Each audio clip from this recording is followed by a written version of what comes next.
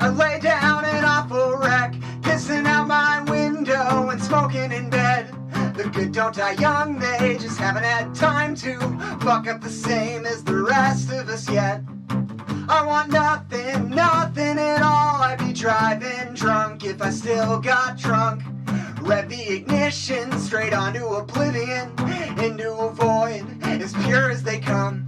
But if we aren't dead yet, then let's not live as ghosts. And if we aren't in jail, then we can leave the house. And I'll show you that there's reason to hope in the spray paint that's all over downtown. So let's fill up our shopping carts with the things we need and just roll out the front door, past the cashiers and security guards.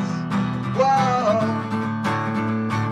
And the magnets trip the wheel locks before we even clear the parking lot and take off running through the neighbor's yard.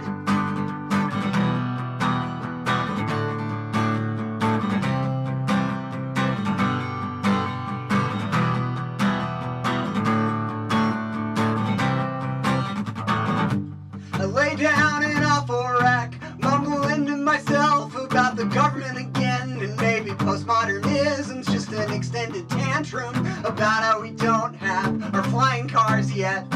I want nothing, nothing from them. I'd smash every machine if I didn't have one.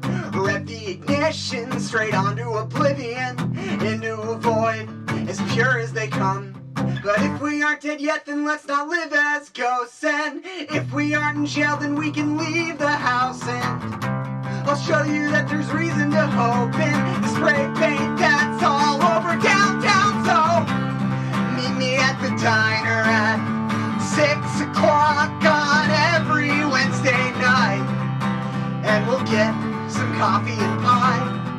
Whoa. And I'll smile, tip the waiter, get a ride home, thanks for the favor, and hope that that's enough to build a life.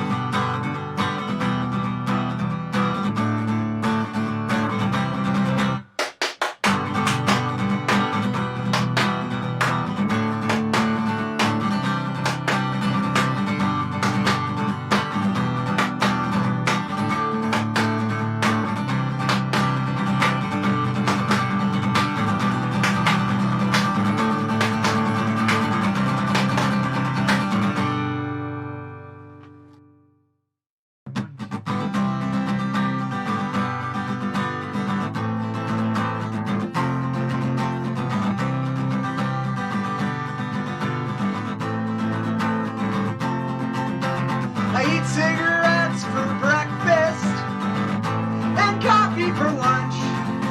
For dinner I lay in the dirt and wait for the end times to come. I wish I could tell you the truth, but when I do it comes out sounding stupid. But meet me at 4 in the morning and see for yourself. Your sunrise and sunset, that's all I really gotta know. The rest is a prison that I built for myself. On my worst nights, I'd still burn down the city just for a peaceful night's rest. But here in your arms, my darling, I think that can wait. Or I hope it can.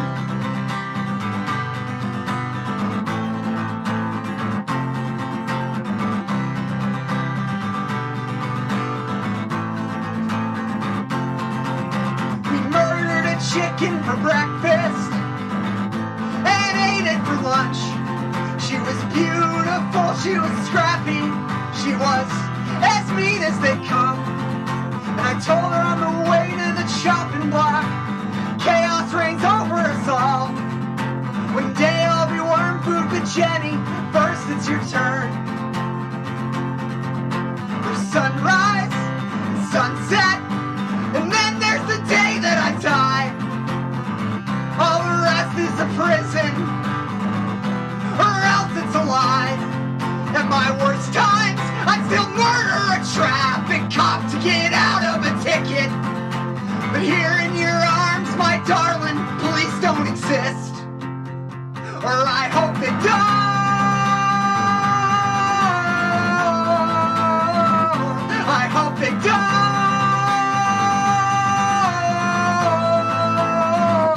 I hope they don't.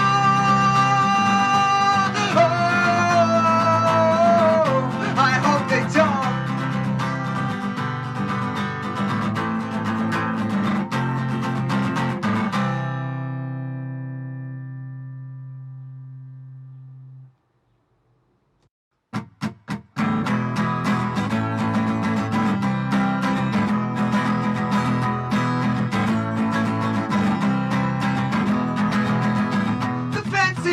The wire, the dress code on the wall, the transfers, the searches, the bullshit that paint in the hall, and the walls that hold you in are just a million ashes waiting for release. Well, shake the gates of hell until you're free.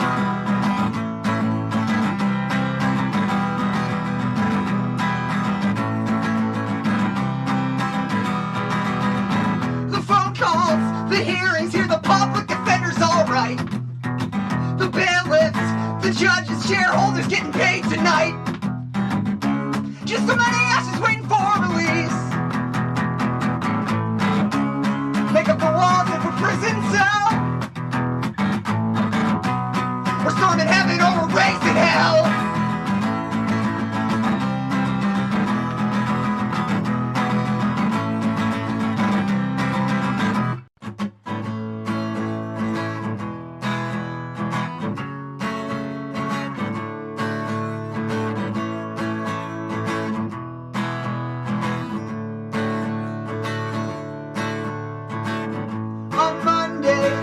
I do the laundry at the 24-hour place next to the Dollar Tree. I know that I could walk, but God, I love to drive. I thought about calling and asking forgiveness, but hell, I'm afraid of the dogs that I live with. I guess you'd take it one thing at a time. I thought about Jesse on Tuesday morning. Last I heard he was still doped up in Portland. I could call and ask, but hell, I know he'd lie.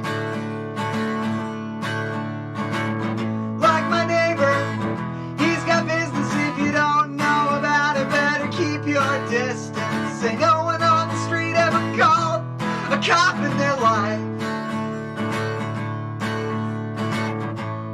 Da da da.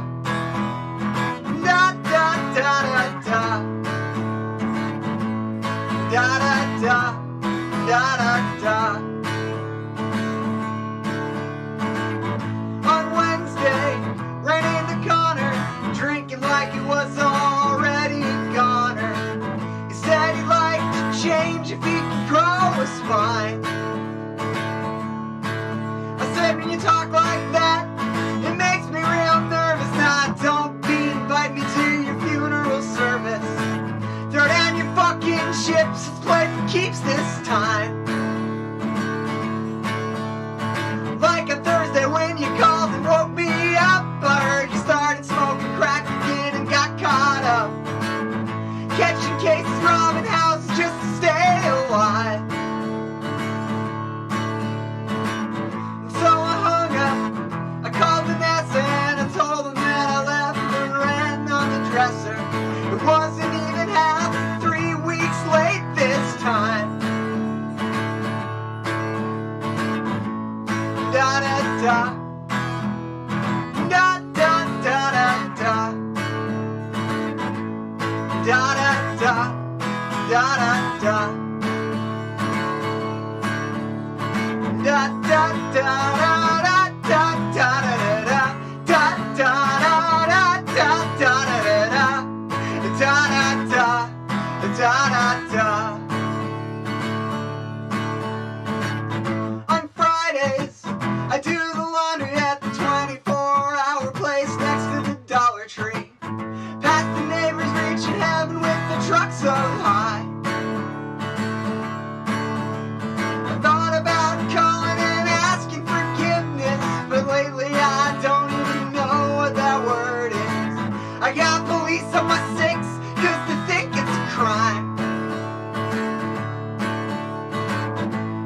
da da da. Da da da da da. Da da da. Da da da.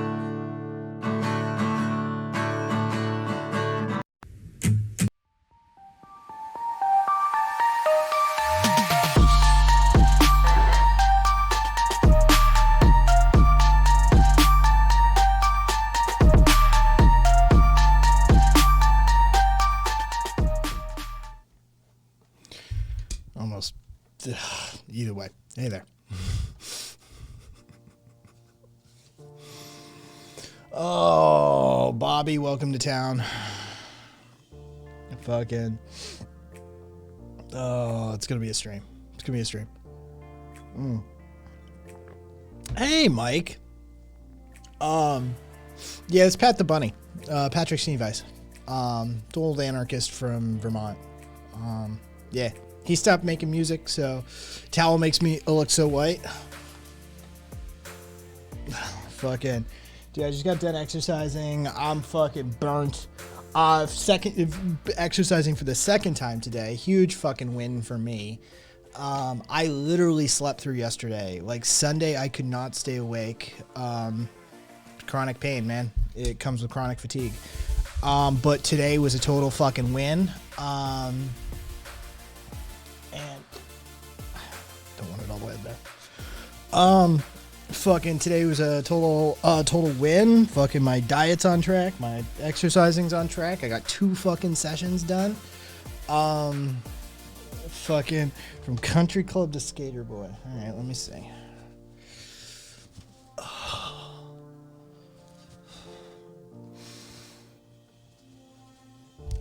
Excuse me, boy.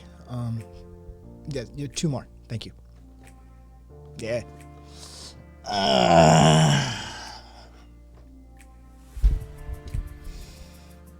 Hey, Crix. Yeah, so, yeah, total, like, throat still isn't better, by the way. Fucking, it's better, but it's not healed. Still fucked. So 2 separate workouts today, morning and afternoon, and I almost died in my afternoon one, as Bobby can attest. This valley is not exactly a low temperature right now. Fucking 111 degrees, I think. We may be over it now. But yeah. So, I mean, even just this end of the house is just fucking hot, even with the air conditioning on. The air conditioning's just on full blast and can't keep this house cool. It's fucking pathetic. But that being said, one story from the weekend, I can tell, and I'm gonna get fucking high. Like I said, today's a win for me. I'm done. My day's over. Like, this isn't even a part of it now. Like, this is just, we're just gonna be fucking hanging out. That's how I feel about it, dude. I got up at like a human hour. I fucking got fed. I fucking worked out. I got fed again. I fucking, had a second meal. I fucking got some projects done. I got some errands done. I got home. I fucking worked out again. Got some more calories in me, and I'm here. So, like, oh, and I have like green and raspberry tea.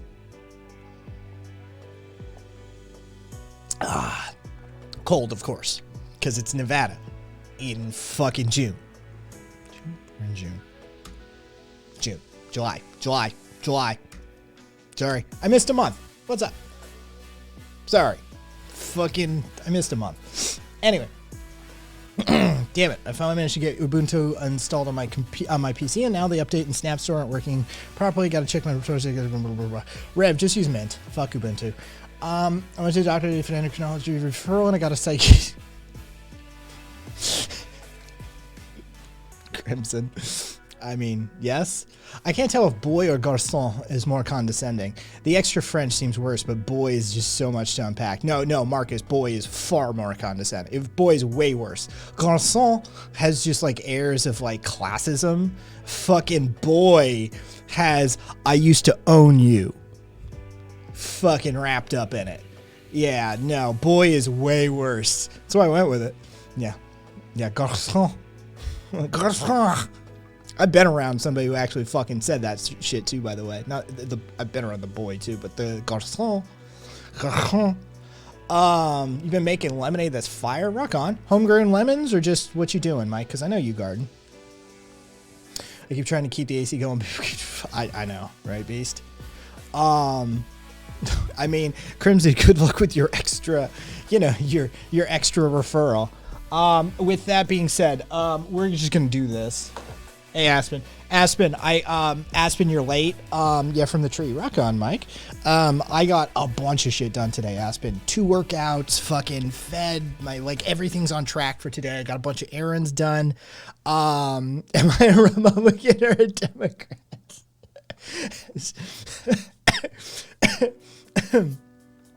No. I'm an anarchist. Most of us here are anarchists. My entire community is made up of anarchists. Welcome. We're just getting started. This is the warm-up portion of the show. We don't do anything serious around this time, usually, unless I'm on a rant, unless I'm on a tear and I'm pissed off about something. But no, we're not Republicans, nor are we Democrats. Thank you for the good. Oh, wait, 2 choices. Choose one. Fuck me. Oh, that was good. Waiters should be allowed to spit 1 plate per shift. Marcus, I fuck waiters spitting on a plate once per shift. Here's my I will extend one, but I leave this to consensus decision making, a la it isn't all a waiting, but waiting does voting. I say we do waiting style, but consensus decision. I say waiters bring it to the back of the house and fucking leave it to the cooks. Fucking just tell the cooks, impartial panel, what this fucking twat waffle has been putting you through. And once per shift, every wait staff, every front of house member can petition back of the house, and back of the house will just run it through the fucking line. Fucking just let the back of the house do what you all know they know how to do.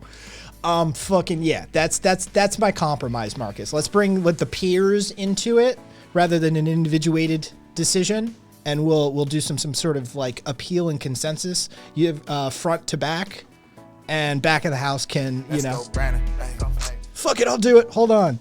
Yep. The fuck you. Let's go, Brandon. I'm independent no matter how I vote my state, so I'm not gonna give him a pleasure my name in that group. Fair enough. Easy, NoobTube. Easy. 50% of what an anarchist does is education. 49% of what an anarchist does is direct action. 1% of the time, take a day off every year and do some down ticket voting. Look, the federal election is bullshit. You know it. I know it. Fucking is what it is, right? Even if you get somebody who's even mildly tolerable, like Bernie, fucking the machine and the apparatus is going to do what the machine and the apparatus does. That's neither here nor there. But your mayor, your fucking city council, your fucking school superintendent, your sheriff, your fucking chief of police, your dog catcher, all these fuckers in your local town, your county, and the general region in your state make the difference in your life on a day-to-day basis. They change your world, right? If there's a fucking speed trap because the cops are a bunch of garbage fucking pigs and your entire town's just being milked for fucking traffic money, getting rid of that, dude, that changes life for the local demographic more than any fucking federal change usually does. So all I ask is that you do a little harm reduction. That's all it is as an anarchist. I don't believe for a second we're going to fucking bring the revolution on through voting. I don't think for a second that we can truly do away with any of the truest ills and the most coercive and oppressive elements of our society. In no way, shape, or form am I deluded about that.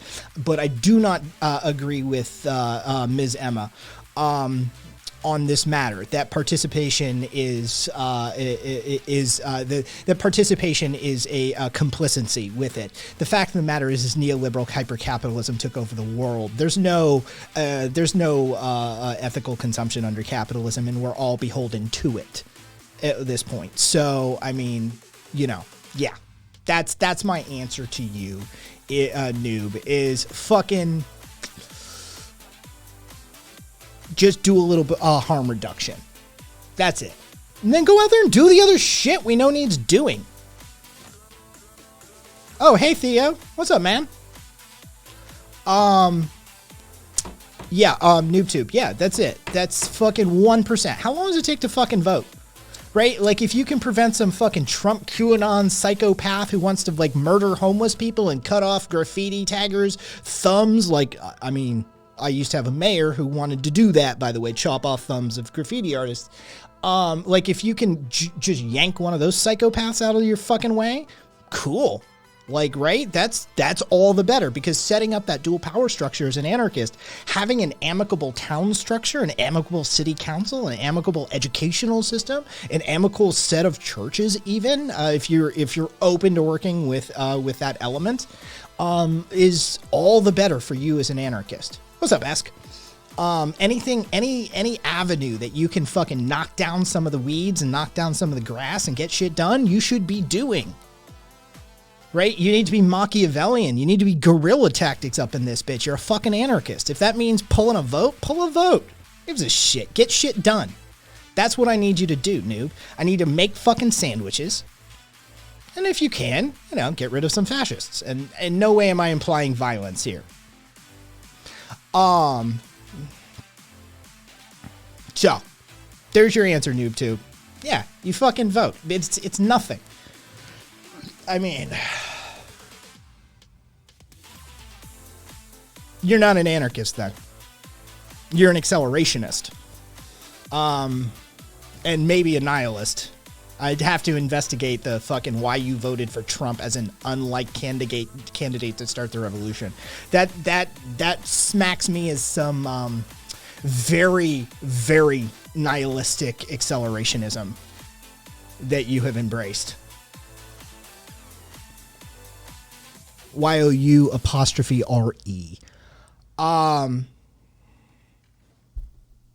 Beep beep on a boop beep beep. Hey, Kavas. All right, let's do this. I'm already done with this day. My day's been successful. Fucking if we just fucking chase off chuds all night long and maybe get some video games or something going, I'm in. All right. Remember the guy from Zero Punctuation? He said he imagined rich people entertaining themselves by putting two pregnant women in a ring and telling them neither are coming out alive until one has eaten the other's fetus. Is that, oh God, what was it? Fuck. Which one is that one? I forget his name. Marcus? I don't see. Hey, don't get snarky. I can't spell anything either. Your world revolves around autocorrect, doesn't it, Marcus? All right, let's do this. Aspid, we're off to the races.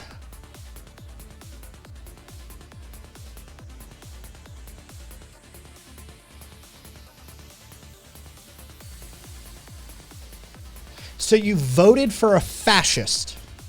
You voted for an authoritarian who you knew would do more harm and implement a further coercive, oppressive, hierarchical system.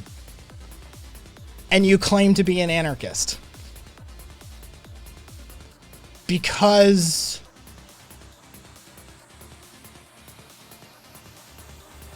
yes, it does. I would not survive without Google and autocorrect. I knew it. Trying to figure out that name. In hopes that fascism would collapse into anarchism? Yeah, right, Beast? Like, ugh. So is gravity. We overcome it all the time. Get over yourself. Theo. You're not meant to fly, man. Theo, you're not meant to talk to me right now. This isn't natural either. Fucking none of what's happening right now is natural.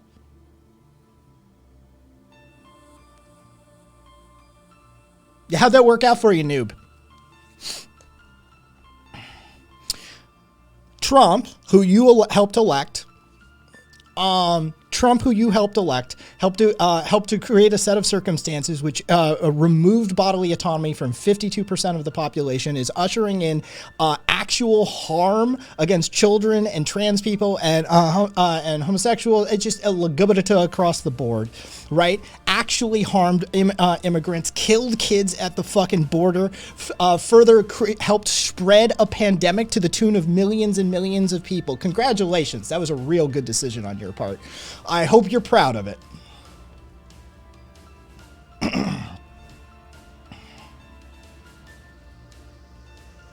And Beast, I agree with that. Smallpox is all natural. I know, right? Fuck it. God Punk, I see we have some great thinkers in chat. Hey, Cass. Your boy's in my town, Cass. Your boy's in my town. I'm gonna take Bobby out. I'm gonna fucking turn him gay because apparently that's the power that the Lagubita has. Bobby's gonna come back to you fucking, yes, queen. Get to this ball. Oh, fuck me. That hurt just to do that.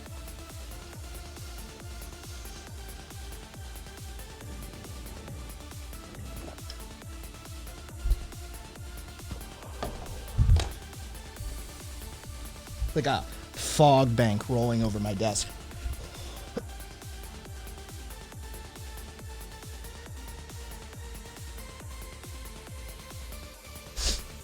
Raymond Kale,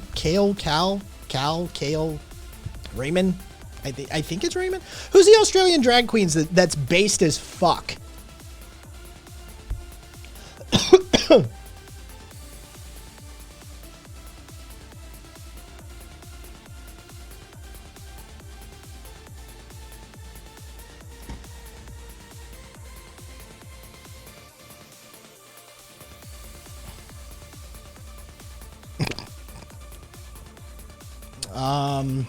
Yeah, I can find it.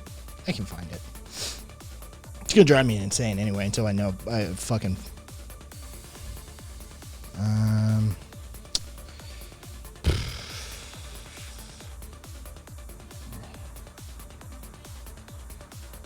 Ruben K.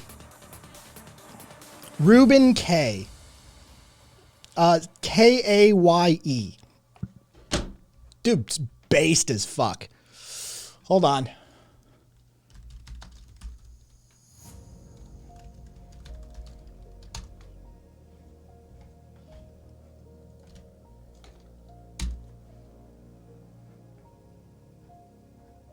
What is this goddamn video called again?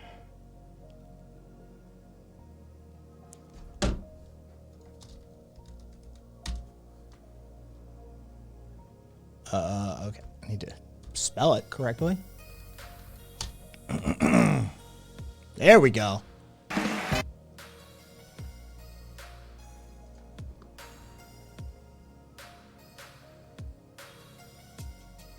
I have 12 hours dismantling libertarian views.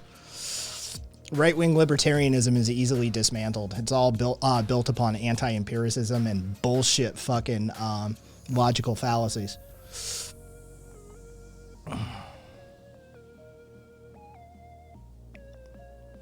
Okay, Kvass. Noted. Yeah, sounds like it. Please allow me to introduce myself. I'm a man of wealth and taste. Pleased to meet you. Hope you'll guess my name. Melbourne! It's me, Ruben K. Actress, model, and award-winning cry for help. Icon, philanthropist, and answer to the question, can I still be a proud boy if I'm covered in last night's shame? Yes, you can. All right. Here. This is all you need from Ruben K. You want to know Ruben K? Let's be honest. It's like we ordered 2020 from Wish. Right. Libertarians. Freudian much? Interesting. I say right, and you hear white. Interesting. And what happened? What did it do? It left us broken, alone, confused, on our knees, with our heads turned heavenwards, crying out into the void. What did we do to deserve this? Well, we ruined the planet, we dispossessed, imprisoned and slaughtered First Nations people, we enforced gender roles, we systemized rape, racism, misogyny, transphobia, homophobia, ableism, classism and unsustainable food industries.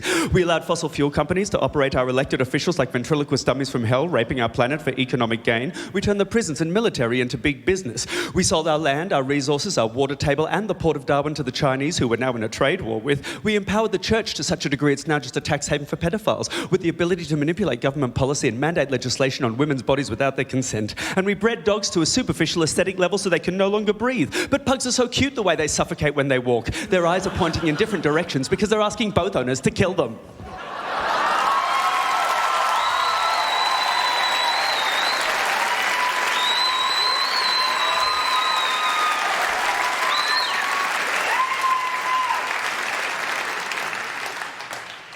But that's just a theory. Just as every cop's a criminal and all the sinners saints. Just call me Lucifer, 'cause I'm in need of some restraint. Ooh. Ruben K, everyone. If that was your first introduction to him, it's fucking great.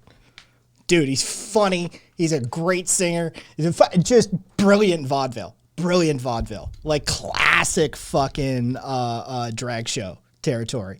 Dude, political commentary, comedy, naughtiness, song, dance, theatrics, outfits, sexuality. Fucking, dude, classic vaudeville, classic drag, classic theater. Fucking, yeah, Ruben K. Reuben Kaye. Yeah, dude. Dude is fucking good at what he does.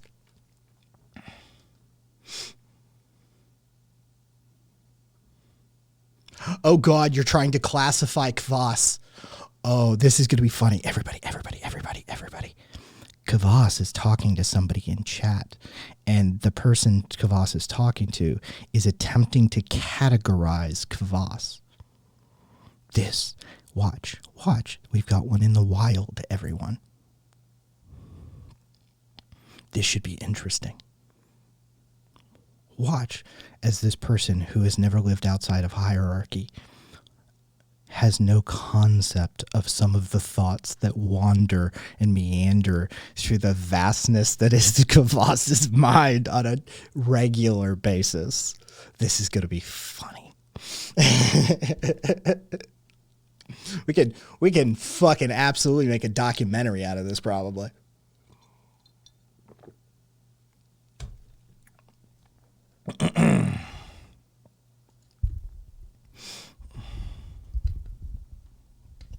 Theo, I did it for 12 hours straight, basically. Fucking, it took me so many days. Homie, no, that's literally a conversation I'm done having. I have 12 hours of it on YouTube. I'm done. Right? Like imagine talking about a topic for just 12 hours and how it's insane. It's absolutely insane. It's this ridiculous, nonsensical series of illogical leaps and just completely indefensible positions. The von Mises territory where you end up literally anti-empiricism, the contradictions that Mises got up to, and stating unequivocally that no amount of data, no amount of empirical evidence could ever contradict or counter one of his theories. Only a theory can counter a theory. Homie, dude, that entire Austrian school outside of Schumpeter is basically insane. Like, they're all certifiable. Dude, Schumpeter's like actually sane out of that Austrian school. All the rest of them, holy fuck, what is wrong with you people? No. Go, enjoy, have that conversation with other people who haven't actually spent a few minutes reading, looking at, or even fucking... Dude, this is the craziest bullshit. It's completely nonsensical. Right-wing libertarianism, and by extension, so-called anarcho-capitalism, is one of the most hilarious grift ideologies basically to ever walk the planet. It's right up there with objectivism, Randianism, right? Like, it's in that territory of just like, you're like, once you start asking the questions, you're like, holy shit. Okay, so like, where does this stuff come from? Right? Because it's not just some dude down the street, right? Like fucking fucking with a truck nuts on his fucking lifted truck rolling coal and shit, espousing these ideas, right? Where are these ideas actually coming from? Most of them stem from the Austrian school. That's the truth of the matter. Most of these ideas come from the Austrian school, and it gets so wacky so quickly. Like, you can't use science to argue with these ideas. Like, that was baked in, right? They've got people like fucking, they've got people running around literally arguing in bad faith intentionally, like historically. Rothbard on the record just talk shit. And he was one of those that would say both sides. Rothbard literally bad faith coined the term anarcho-capitalist. Then goes on to admit in writing that anybody who has an understanding of anarchism historically or etymologically would have to admit that there is that anarcho-capitalism is not anarchism. That it's not anarchist. Like, he even went on to admit this shit. Like, they're just a bunch of fucking grifters. They want to be feudalists. They want to be the fucking big man in the castle on the hill. They want their own manor. They want their lordship. They want to be able to hold that position once again. It's fucking ridiculous. The inevitable end conclusion of any of these ideas that these people put forth is, long story short, feudalism. That's what it ends up becoming. It becomes highly feudalistic. They're advocating neo-feudalism. That's it. Anyway, with that said, Australia. What a time to be alive, huh? This period of history's had it all.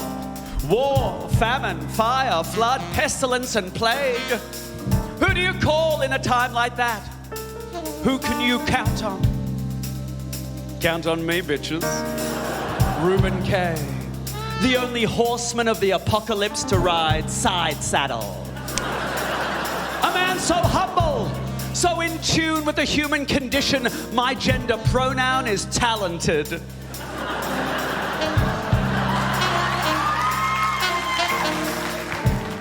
I mean, really, when you get down to it, when the world's a circus, I'm the bitch you want. I'm great under a big top. I can work with 3 rings, and I've fucked more acrobats than Cirque du Soleil's legal team. And everybody knows that the plague ain't on fire, and everybody knows that it's moving fast. Everybody knows that the naked man and woman are just a shining artifact of the past. Everybody knows the fight was fixed, the poor stay poor, and the rich get rich. That's how it goes. And everybody stop. Thank you, that's my time. God, I love Reuben. He's great. Reuben's great. Oh. Let's see. I got lots of fucking headlines. You know what? Yeah, I want to read this. Our good air decided to float over to China's bad air. Okay? Fuck it, let's just take a moment there. Our good air decided. The air decided. Okay. Air is conscious, just so you know. Our good air decided to float over to China's bad air. So when China gets our good air, their bad air got to move. So it moves over to our good airspace. Then now we got to clean that back up.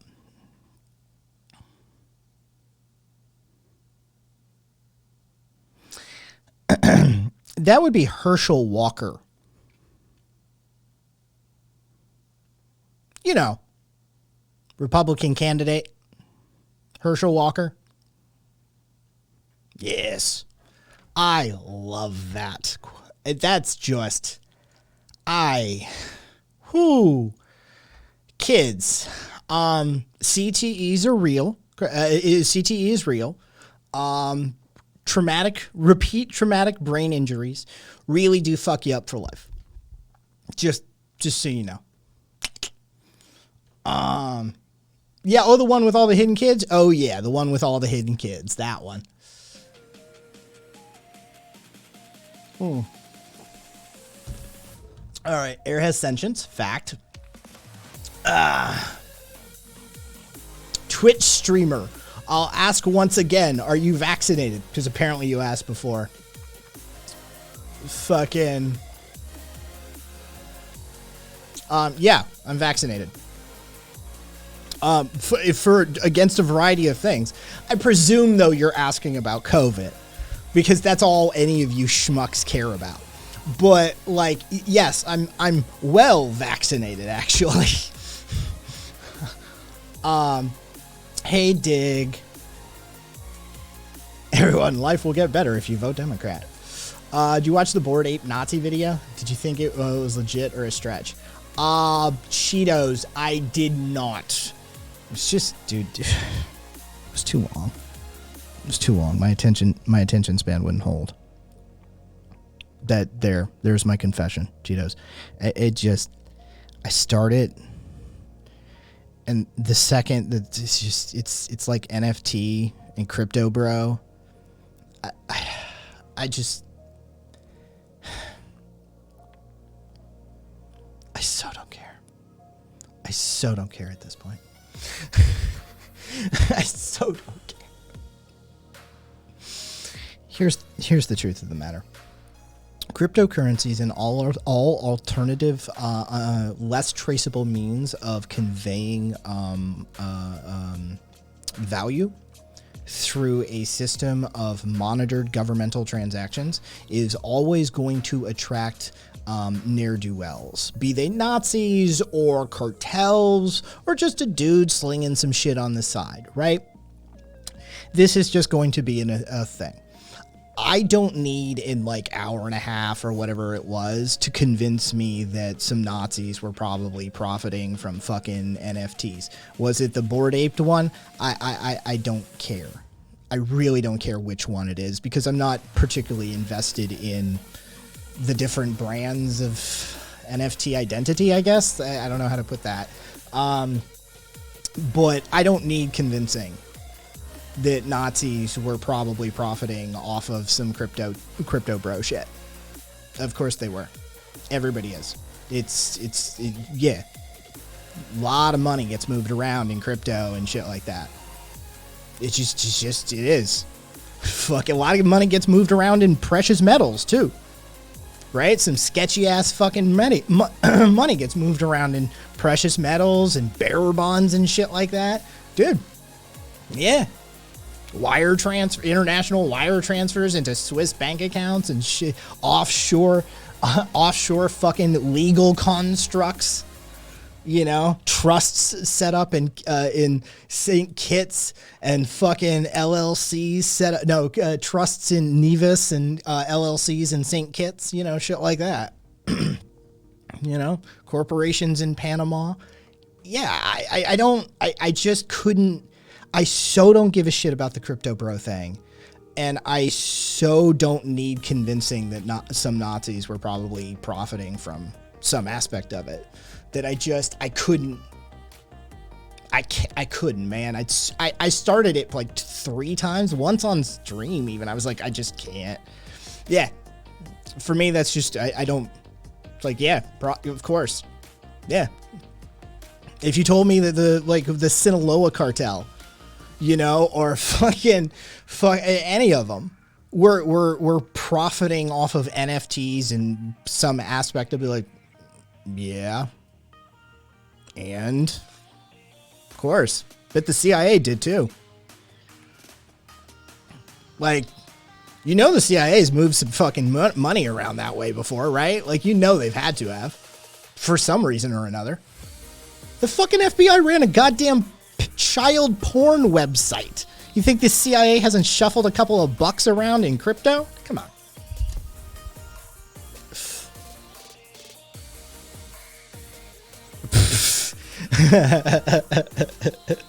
It's warm out, isn't it, Bobby? It's warm out. Yeah, welcome to town, Bobby.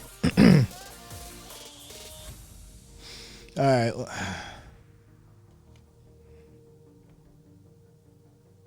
Yeah, I mean, it's, yeah, some that knows have way too much to compute. Yeah, probably CIA. Yeah, no, I mean, CIA definitely have. Yeah, like, I mean, it's just, it is what it is. Right? Like, I didn't need the 90 minutes to convince me that some Nazis made some money off of NFTs. I was like, yeah, of course they did. But, you know, yeah, I just, apparently the Bored Ape was the most famous and profitable one. So some Nazis made the most money, basically, is the story there. Fair. All right.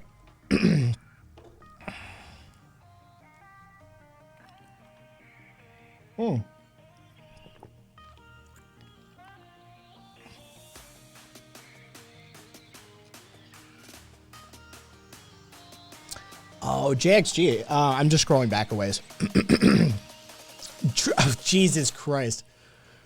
He literally said, Twitch streamer trust daddy Bill. Okay, first off, whatever your fucking name is, my name is Kai. For the love of God, stop calling me Twitch streamer. It's so fucking weird. The only thing weirder is when people do that streamer shit. Fucking Twitch streamer trusts daddy Bill Gates to inject him with healthy vaccine. Yeah, that's definitely what's going on there. Okay, so JXG, I fucking scroll back and actually has like a valid fucking question rather than this psychopath. I don't know, his fucking name is like, yeah, YG, YU, whatever.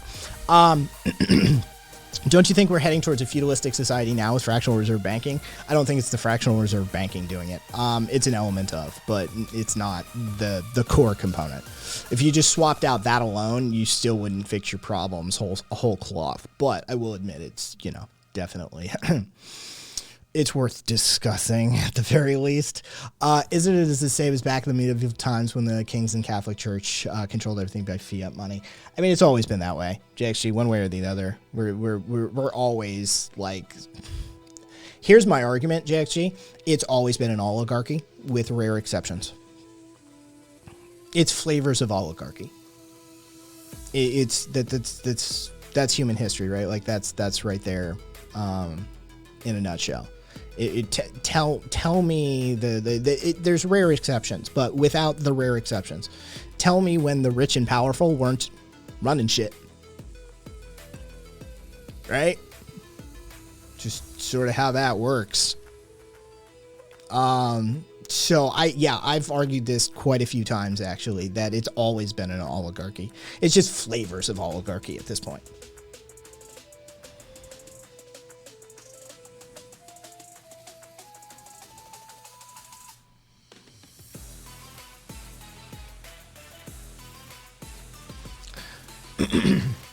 I start to black out when I hear about NFTs and other cryptocurrencies. I think it's a form of instinctual preservation. Puka, I don't blame you.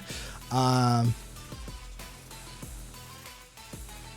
your Vegas cell signal sucks. What network, Bobby?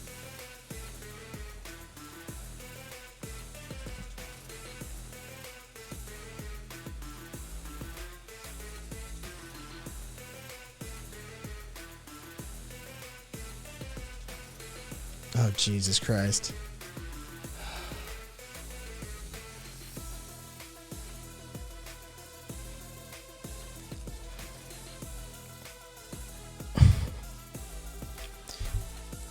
Hey, Wygut. You got any evidence? Because here's what I will tell you. For all of the failings, the AIDS triple cocktail,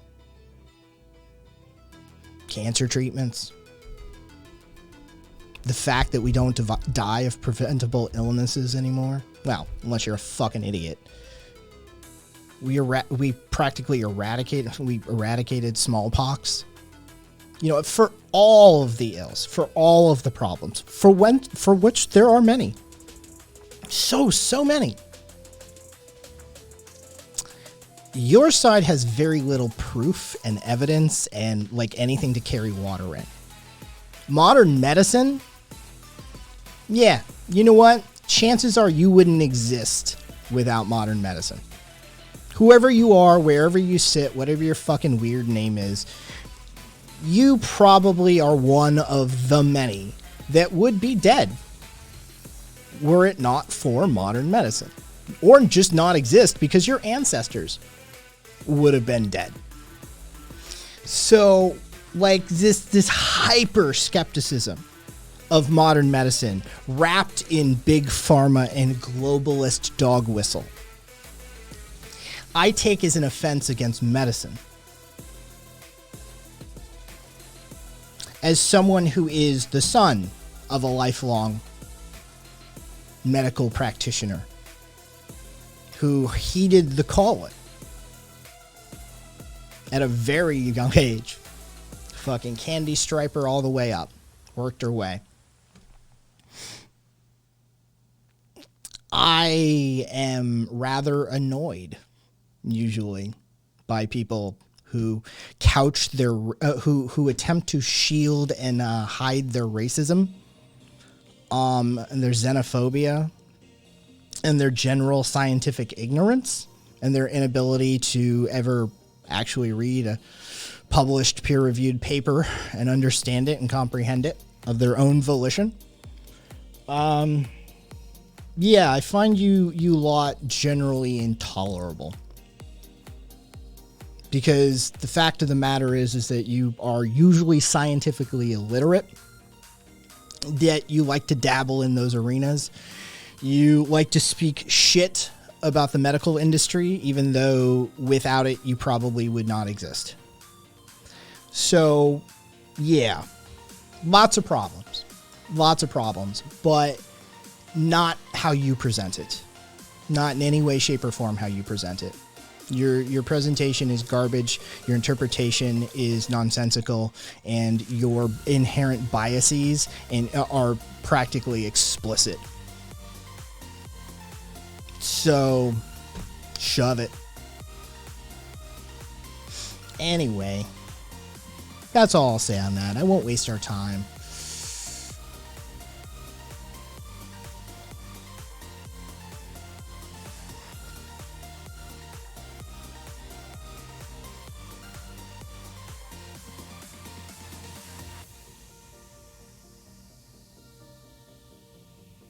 Ugh. God, you'd fucking kill us all. Theo, it means you'd kill us all. You'd kill us all. A modern conservative in America would allow so much backsliding. Anyway.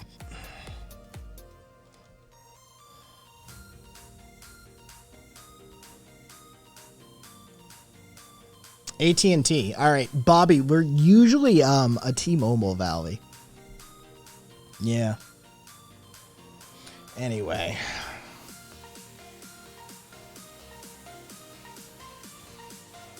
Two of my kids would be dead right now without modern medicine. Why do we want my children to die? So forever.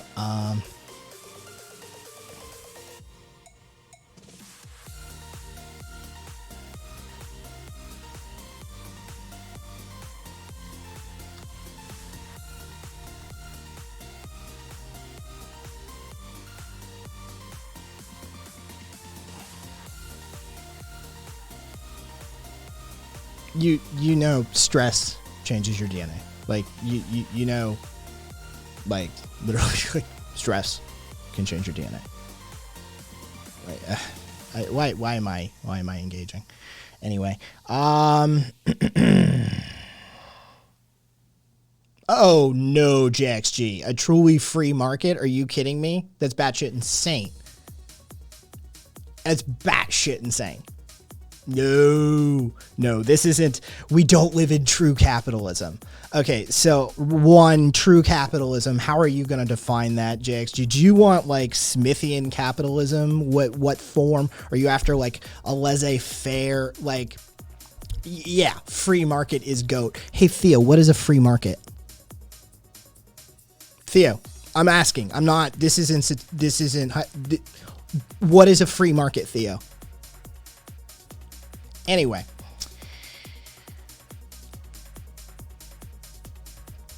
JXG. No.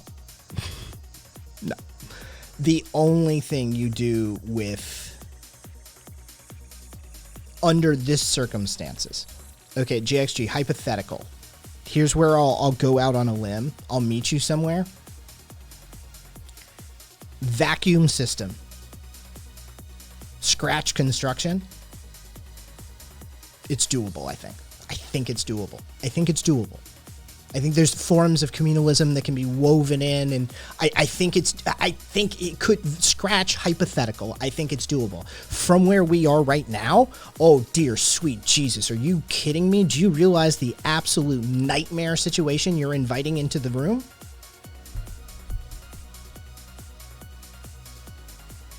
Think of the entities that are at play. Do you think that there's gonna, like, are we gonna wipe the slate? All positions back to zero? Everybody surrender property? Let's make it equal? Like, how are you gonna, dude? There's fucking sovereign wealth funds out there that are good. Whatever you fucking open up, whatever you change, they are gonna immediately be in a position to leverage that. The old system power brokers are going to immediately have an advantageous position in whatever you do in that hypothetical. That, dude, that's, I tell you, like, you want to fix America, you need a constitutional convention. Imagine doing a constitutional convention in America today. Oh, dear sweet Jesus. Dude, GE would want to vote in Congress. Fucking, dude, it'd be crazy shit like that. Dude, Amazon be like, can we get a senator? Fucking, oh, it would be, that's like, you have to be realistic when you approach some of this shit. You have to be, you have to be somewhat of a pragmatist as you approach this. Like that, like, yeah, maybe, big maybe though, but maybe, I'll grant you that. We got to go there from here. And that's, I tell people when talking about the things that I advocate for and the styles of self-governance and the styles of organization and communal activism that we advocate for around these parts, the place I want to go is several train changes away from here. It's not even like a single train journey, right? I need you to get on a train, and I need you to go several stops down the line, and then I need you to change trains, and then I need you to go several stops, and then I need you to change trains again and again, right? Like, we're not ready for what I actually think we're capable of.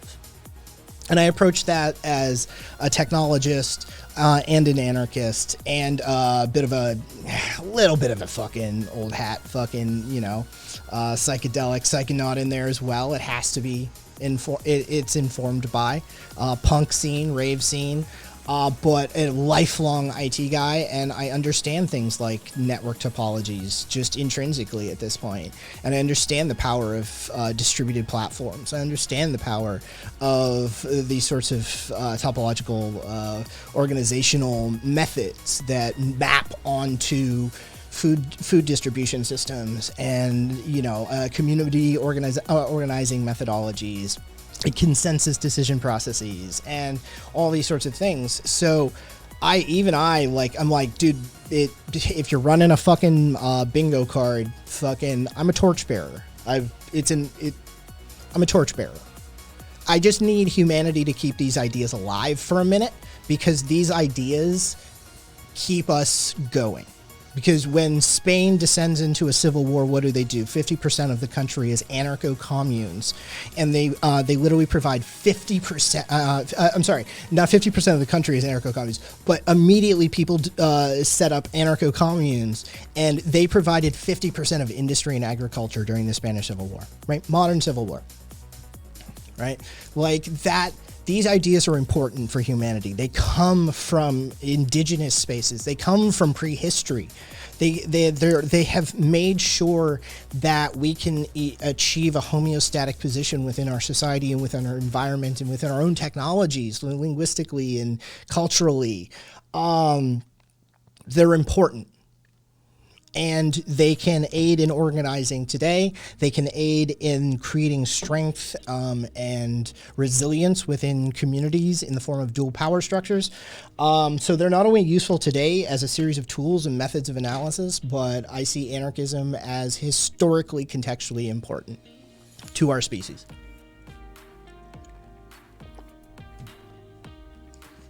Because when all the other shit fails, anarchism works. In the absence of everything else, collapse everything, anarchism works. It works. It's the one you can rely on. It's the Toyota Hilux of organizing methods, analyses methods. As far as tools go in our political science tool belt, anarchism is the Toyota Hilux. And if you're from abroad and you know that reference, or if you're a fucking like Beast or Rev, they'll know the reference, right? Like that's anarchism. It's the Toyota Hilux. It's indestructible. Anyway, hey Maniac, how you doing, man?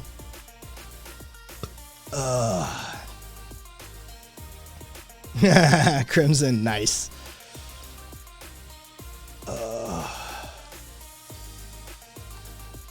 I'm down with the Hilux, says Bobby. Yep.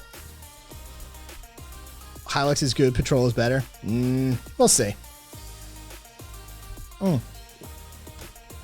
It's the monopolization of force that's the problem, JXG.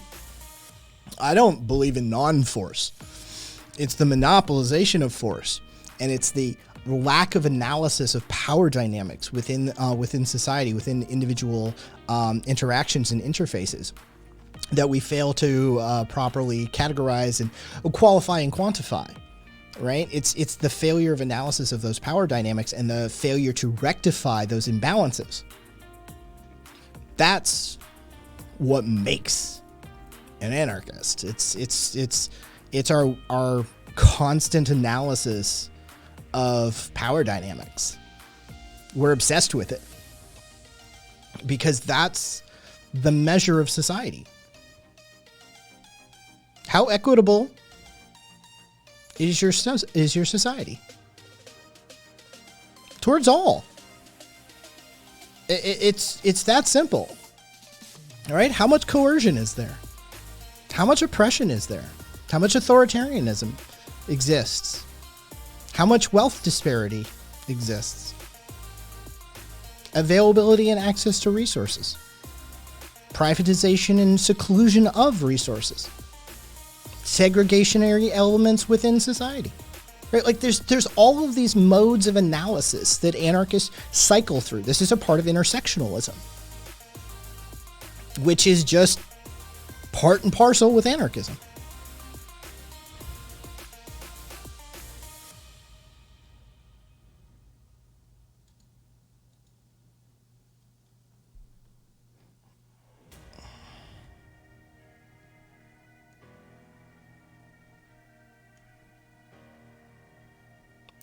JXG, sure it can.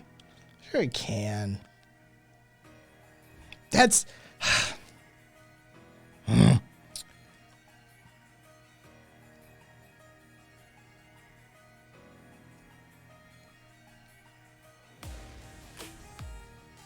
We're getting into esoterica at that point, JXG. Yeah. Yeah, we're getting into esoterica.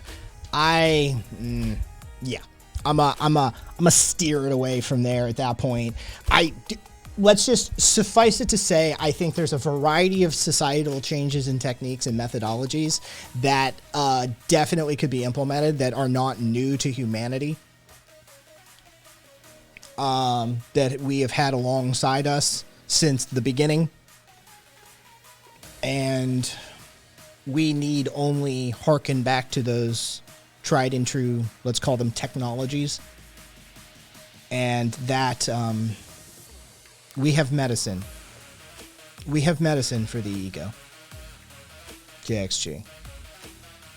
But yeah, we've lost the the culture. We've lost the culture. It's not dead yet. And there's a resurgence.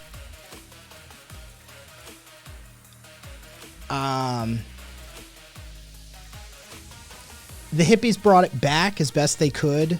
They saw it through the lens of their white patriarchal society. That it just, there was, they inevitably brought a whole host of baggage and misinterpretation and inevitably capitalization upon some of the stuff that was rediscovered during that era. The rediscovery of the sacred mushroom practices out of Mexico, the rediscovery of the Watson would be the mushroom, and I forget who handled the ayahuasca rediscovery, only for Western minds, mind you. But I think that once you fast forward and you start to have like my generation of like psychonauts and trippers and people who learned at the sort of feet of some of these people, we then bring that element of like intersectionalism and like modern analyses to the practice. And I would like to think that we sort of pushed it back a little bit where it needed to go. Okay, it's theirs. Maybe we should keep asking them. But I do think there's like something to that. I think there's something to the shamanic tradition. I think there's something to rites of passage. I think there's something to more traditional elements of culture. And don't think for a second I'm talking about like conservatism. When I say traditional, I mean deep tradition. Like into the mystery, into the darkness, into the prehistory. The tradition. The Dionysian celebration, the ecstatic celebration of life, right? I think there's some of that technology that is there for the reclaiming. And I think that would go a very long way to resolving some of your points, JXG. Because otherwise, I do believe that the balance can be found, but it takes work. It takes a lot of work. It takes a lot of work. Constant work. Vigilant work. It's like alcoholism, right? You're never not an alcoholic. You'll die an alcoholic. You just have to every day. You wake up an alcoholic, and every day you choose not to drink. It's that territory. And humanity doesn't, we struggle in those situations, don't we?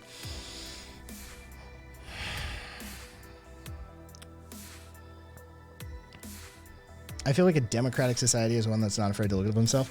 I'm an anarchist. Look, direct democracy, bare minimum, is our starting point.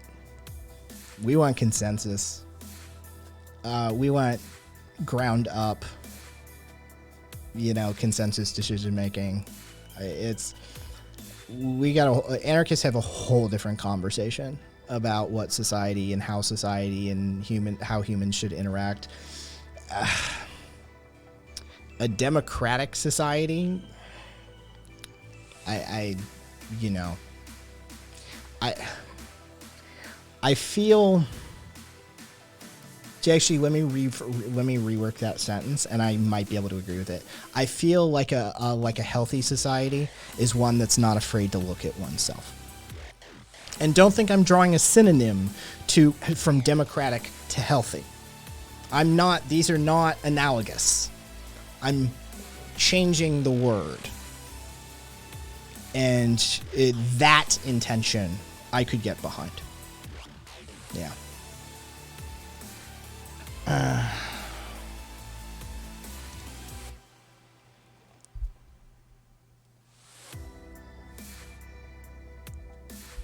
Fair enough then. Yeah, then JXG, I wholeheartedly agree with that. If we sign off on that revision, I'm on board. Yeah. Where's my cursor? Screens. Let's see.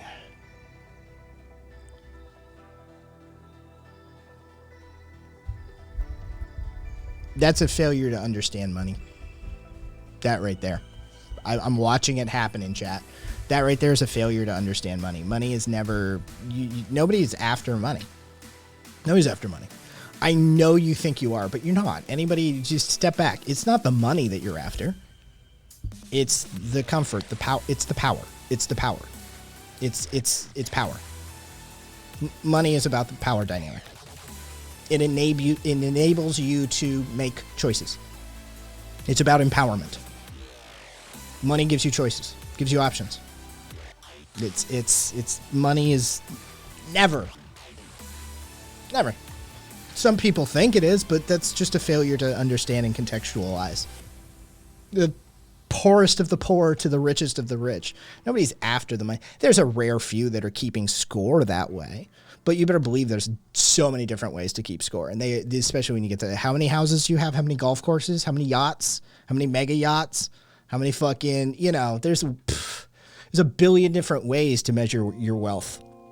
Oh, you don't have a space program? There you go. It's not about the dollars. It never is. It's about what the dollars do.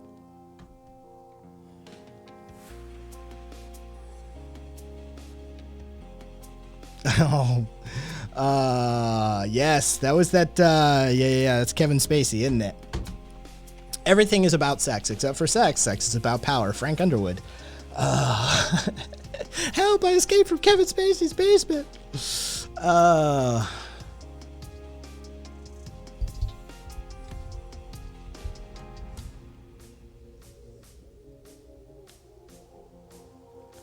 Oh, God.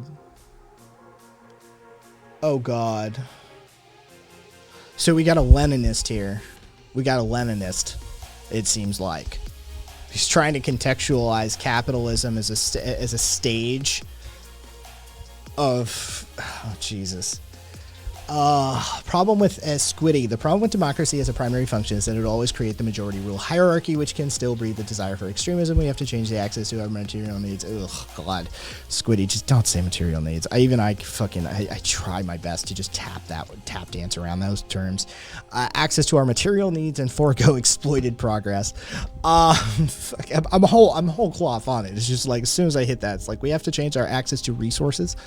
Resources. Our access to resources and forego exploited progress. There we go. I can't, man. I'm traumatized, man. I'm fucking traumatized. These goddamn fucking Marxist wannabe motherfuckers running up in here talking about material conditions and shit. I'm twitchy. What's up, AJ? Oh. Yeah, day-to-day needs. There you go. Beast with the fucking, like, everyman language. Fucking day-to-day needs. There you go. Fuck material. Yeah, Peaky. I'm going fucking beast. Day-to-day needs. Fucking blows my mind when people say shit like, you need hierarchy for supply lines. Oh, Jesus. Of course you don't. Guys having flashbacks last.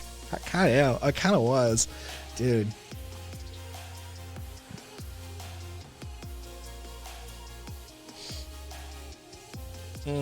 So all I hear is I love me some exploitation. Do you know the story of like how capitalism came to be in the new world over mercantilism, Theo? Have you ever like investigated any of this stuff? I always love when people advocate for things that they don't actually like. They have no context of. Like, do you know how capitalism came like into be over mercantilism? Like, and you know, like sort of the origins of, have you ever read Wealth of Nations? Right? Have you ever sat down and read Adam Smith? Dude, he's compared to like now, compared to a capitalist now, the father of capitalism was based as fuck. What if I told you the father of capitalism would do away with intellectual property rights and the entire rentier class, which includes landlords? All people who make money off of not direct labor. The father of capitalism hated the rentier class, hated them with a passion. He would absolutely, Adam Smith would 100% do away with intellectual property rights and landlordship like that. That's the father of capitalism right there. Do you know these things about capitalism?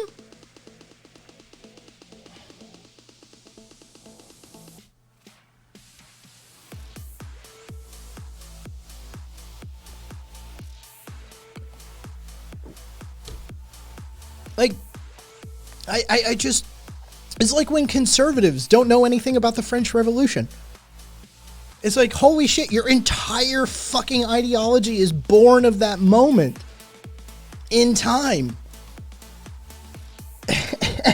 And these fuckers don't know shit about it usually. It's just, oh God, it just,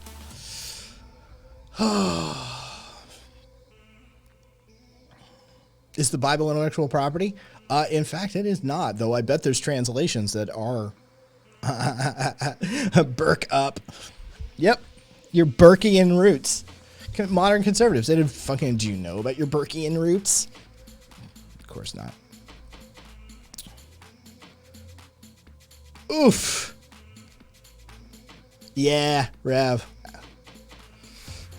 Shout out T-Pain. Oh, that's fucking brilliant, Papa John Pig. I love the T-Pain one. Wait, no, I want in on the fucking Marcus conversation, wherever the fuck this is coming from. So it's Rev.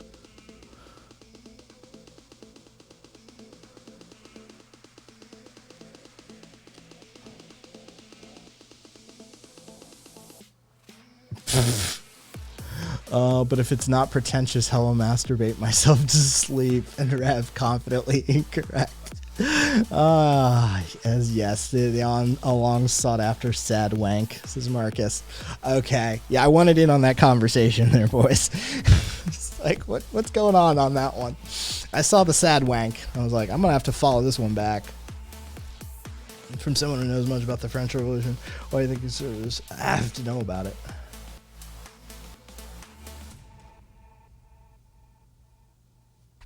Because it's one of the most critical junctures and foundational points for what would become modern conservatism. It's literally the point of discourse that was used as a launching off point for the modern philosophical set that we would refer to as a modern conservative. Like, this is the Burkean roots of conservatism. Like, you're asking a question we have already answered. Like, we were literally talking about Burke.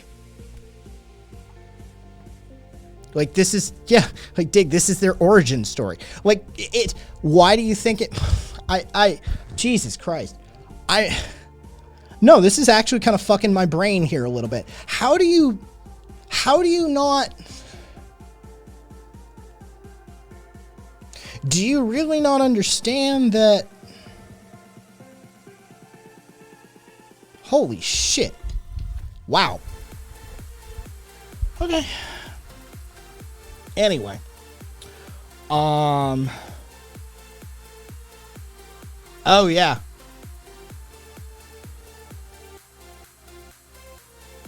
Let's see.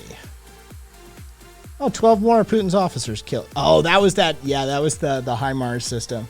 Yeah. Oh, let's see. Si no hay justicia para el pueblo, que no haya paz para el gobierno. Gobierno. If there is no justice for the people, let there be no peace for the government. It was Emiliano Zapata. Forgive my butchering of it, though. Let's see, what do we got? Oh, okay. So one of these, this'll piss him off. Watch this. Watch this. You ready? You guys ready?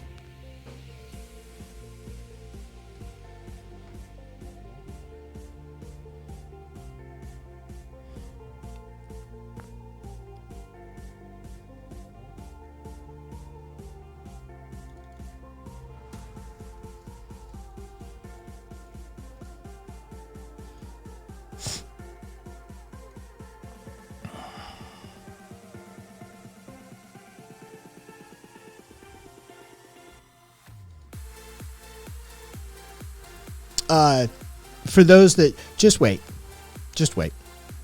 We're conducting an experiment. You wanted a response. Here's my response to you.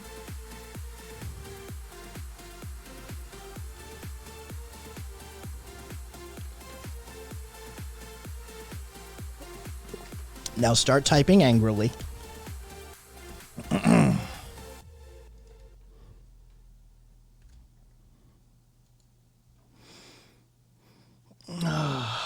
No, Squid. In fact, it was at a Dutch gay nightclub.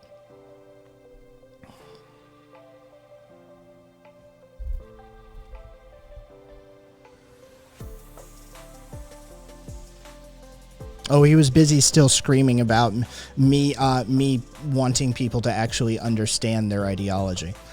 So he'll get around to it in a second. Don't worry. I'm sure he's typing. But just in case.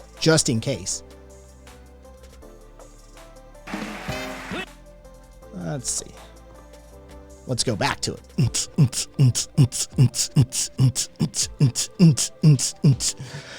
Whoop, whoop.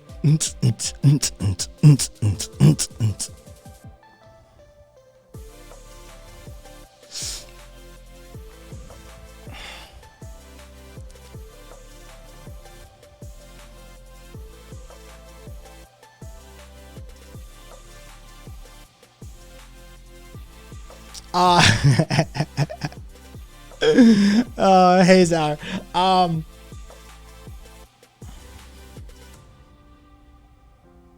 Look at you, Puddle. One of those guys that copy paste. It's always the same. You fail my standards and I win. Yeah, no, AJ, it's always the same.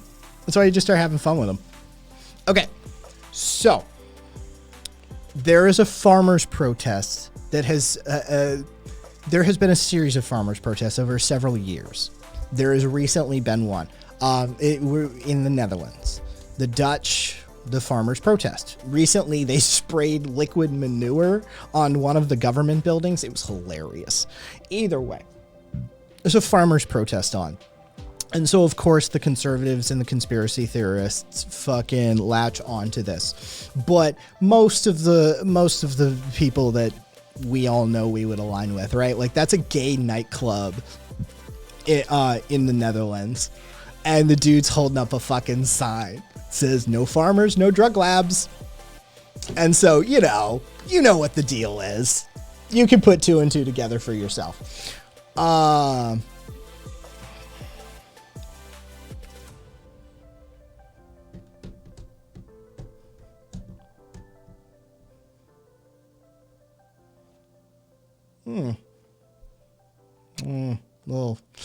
Little heat burn there. Little spot. Starting to earn my calluses, boys. Or should we go full degen for a second? Fucking watch this. Hold on. Bam.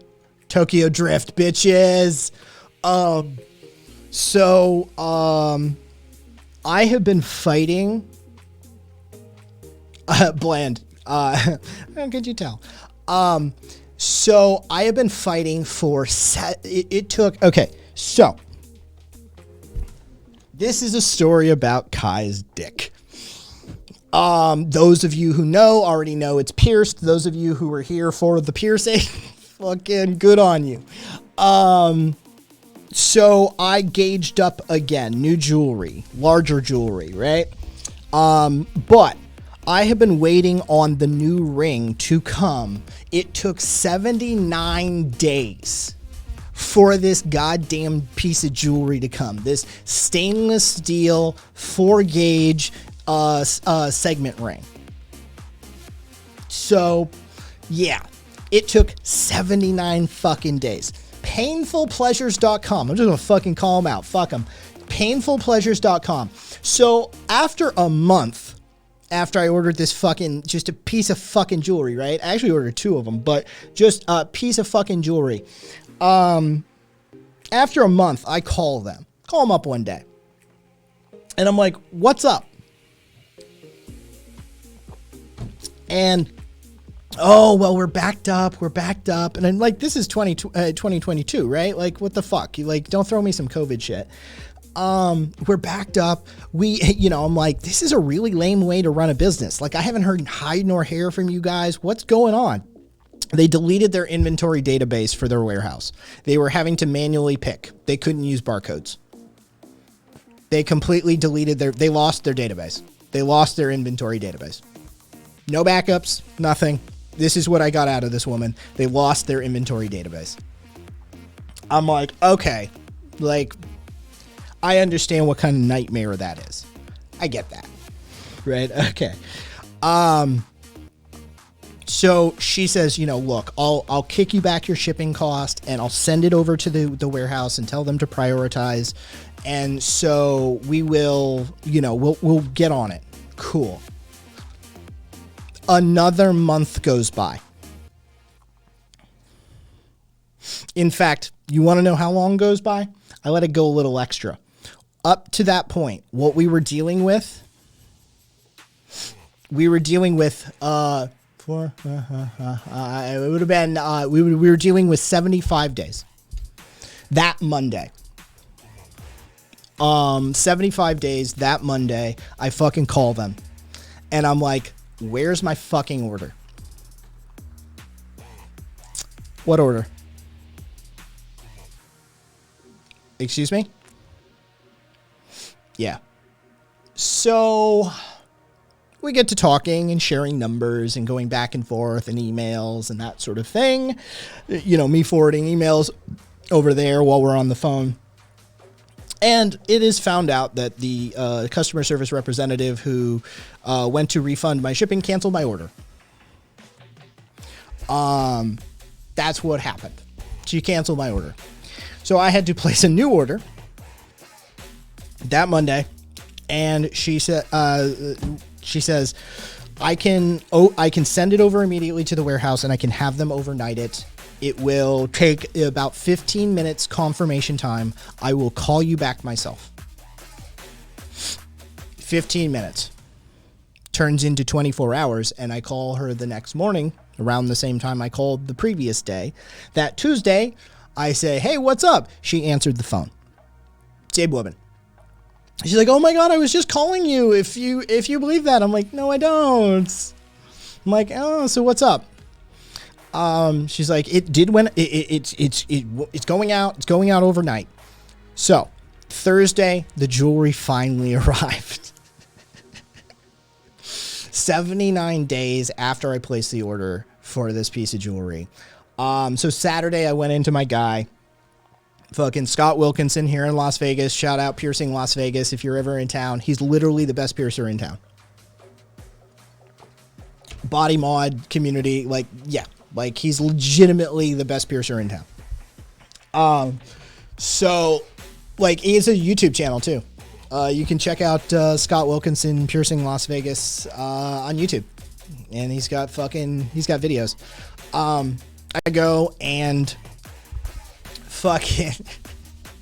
oh, Lord, you idiots. I go Saturday and 7:40 appointment for my massage with Dave. And I roll in. We get to talking because last time I was in, we got to talking about the Modern Primitives book. And so I was like, hey, it fucking hasn't left my desktop. I absolutely like cover to cover. Like, it's, he's like, and his face lit up, ask people about their passion, folks. Ask people about their passion. This dude made his life body mod piercing. He's got his own studio. He's the best in Vegas. Ask them about their passion. Right? Like, this is a story going back a ways at this point. Like, I started this conversation with Scott prior visits. It's like, what got you into, and it's a great fucking story. And so, yeah, we're talking, of course, as we usually do, and jewelry change time, and segment rings are, I can demonstrate, actually.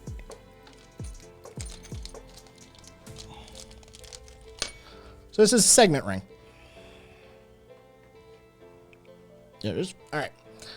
There's actually a cutout right here and here. And so you use a special pair of pliers that little pressure, just a little pressure, and then you can snap the segment out. And then snap it in. So one side is sort of like smooth. The other side has just a small nub to like align it. Have I ever been to a gym? I'm literally in better shape than you, trust me.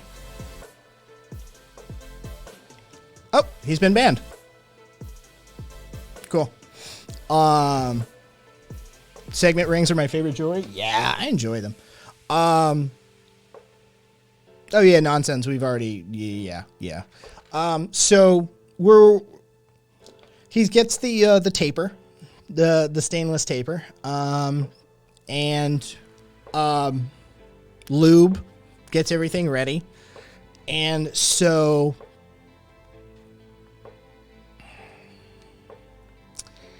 he starts pushing the taper in as far as he can, and let's just say it's pinchy.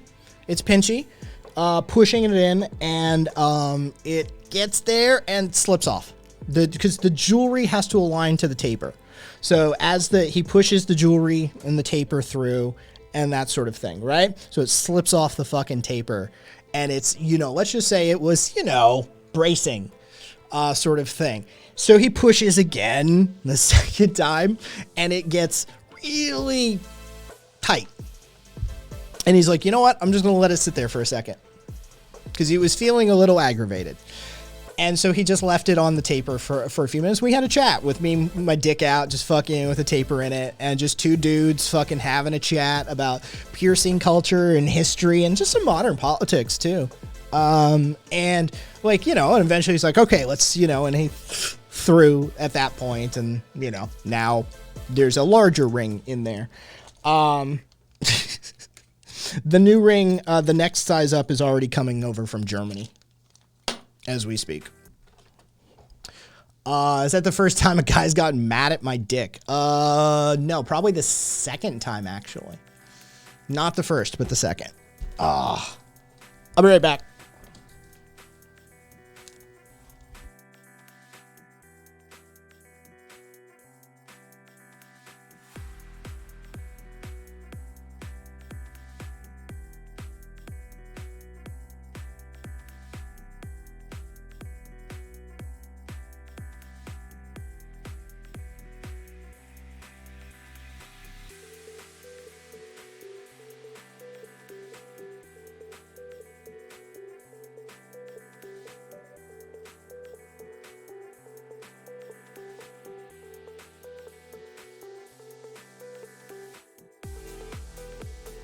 All right.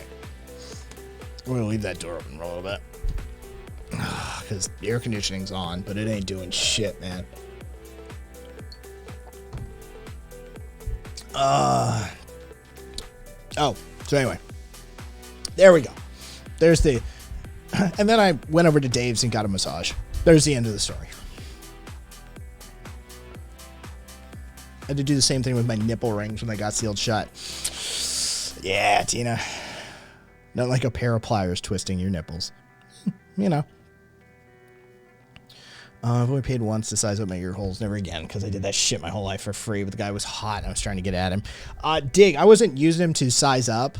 Well, I use him to change my jewelry. He charged me $5 to fucking change his jewelry. Change my jewelry, and I use segment rings, right? And it's a weird fucking... I mean, I suppose I could do it, but like, I use segment rings. Right, like it's it's $5 to a big deal. Yeah, I always throw him 10. I throw him $10. Some conversation. I always tell him just like go buy a beer or something. I always book at the end of the day. Hey Sippy. Yeah, I always book at the end of the day. I'm his last appointment. I just fucking the last 20 minutes of his day is basically, occasional once every few months me. Right? And I just toss him a $10 and like we have a good conversation.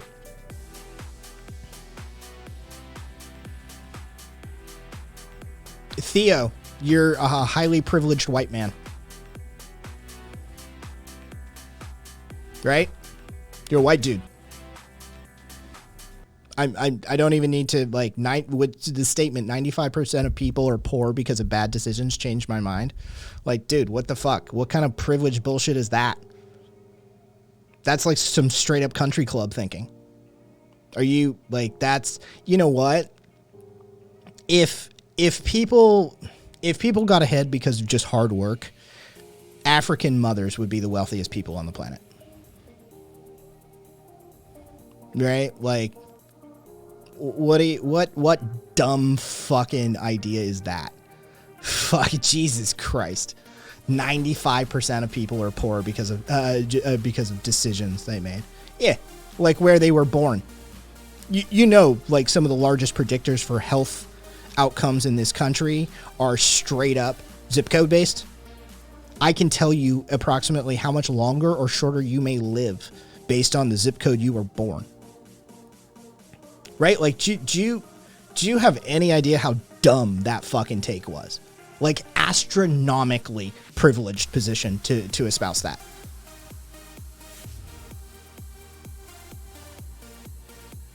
Like, absolutely ignores the history of redlining, the New Deal, the deals that were cut between the FDR administration and the Southern Dixiecrats to keep their fucking racist ass fucking votes in line so they could get the New Deal passed. They had to exclude the black people. They had to keep them out. Do we have an entire history? The suburbs exist in this country because of racism. You know that, right? The very first planned community in this country was a segregated community that forbade people of color from owning any houses. The only reason that planned community existed was because of the loan program that was exclusively white, run by the federal government. Anybody that was considered high risk, the federal government wouldn't insure the loan on, so the banks wouldn't loan any money to any black people. This created a policy of low interest, easy to get loans for white people, which they then use to buy up property in the areas outside of the cities for cheap. This is the origin of white flight. Property values and property taxes historically fund education. And the number one predictor for crime is poverty. So we directly created a set of systemic circumstances in which a specific group of ethnicities would be purposefully disadvantaged within our system, economically and socially. Created an entire country around this idea. Don't even mention the indigenous stuff. Just the New Deal forward redlining and fucking over black people. Forget, we don't even need to go back further than that. Just New Deal forward. Just New Deal forward. This is the most astronomically dumb take I've heard in a while. And we just had a dude who's convinced that fucking Bill Gates wants you dead.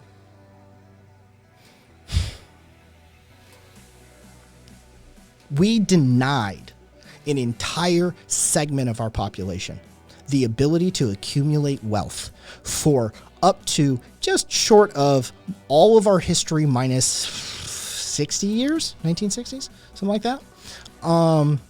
They couldn't inherit wealth even. Like, it's literally, we only recently in this country, the last 60 years, have made it even possible for a black person to accumulate wealth. Outside of a rare, stratified few examples. But 95% of people are poor because of bad decisions they made. No, because we have systemic and historical classism as well. Welcome to intersectionality, bitch. Poor white people are historically poor, especially within historically labor-driven areas such as West Virginia, the Rust Belt, Deep South, these sorts of areas. Historically, the white people in those regions weren't even considered white people at one point in the history of this country, given the discussion around a lot of them. The truth of the matter is that they face systemic oppressive circumstances as well from classist and anti-labor forces within our economy and our government. Dating back all the way to the original one, the fucking Battle of Blair Mountain, where poor broke white people attempted to organize their labor force, and they got firebombed by the fucking federal government. Again, you're wrong. You are extraordinarily ignorant on these topics. I would, if I were you at this point, probably refrain from having opinions, seeing as they're this repeatedly bad. Jesus, man.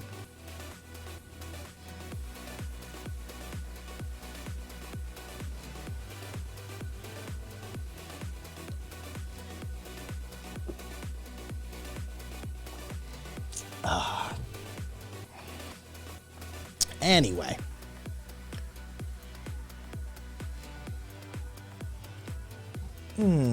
What do we want to do?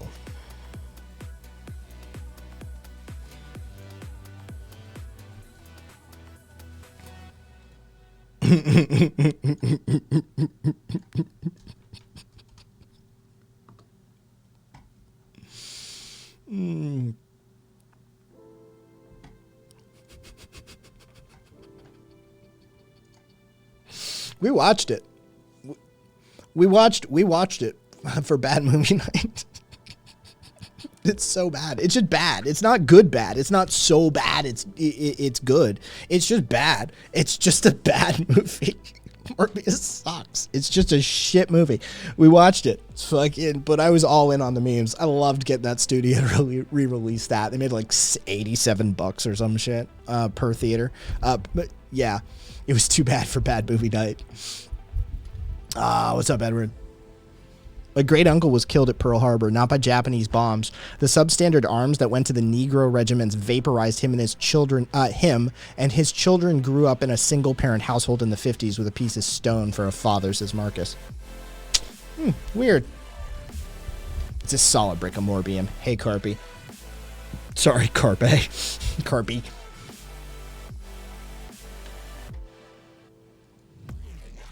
Y'all morbed this, but I missed it. Rip.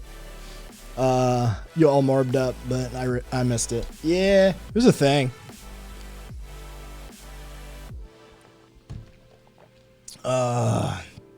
Let's see. So, I mean, Jesus Christ, how many more times do I have to tech support? We morbed hard.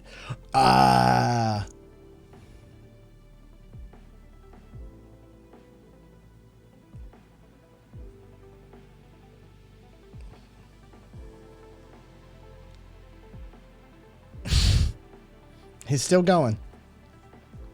He's still going. We provide an overwhelming amount of evidence or explanation, examination, an analysis.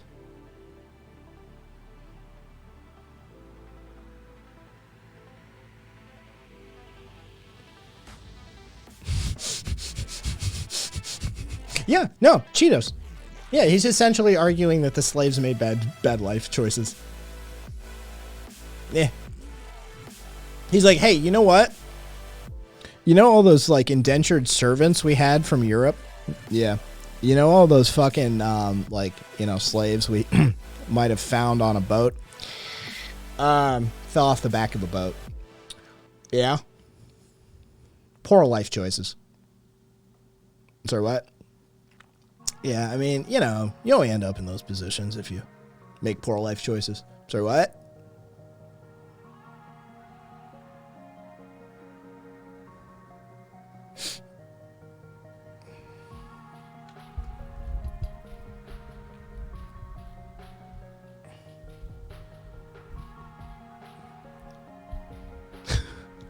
I mean, cat, yes. Very much so. But their form of it was very, very Irish. Let's just put it that way. It's definitely arguable that they did participate in what one could term identity politics. But definitely brought an Irish spin to it, shall we say. A flair.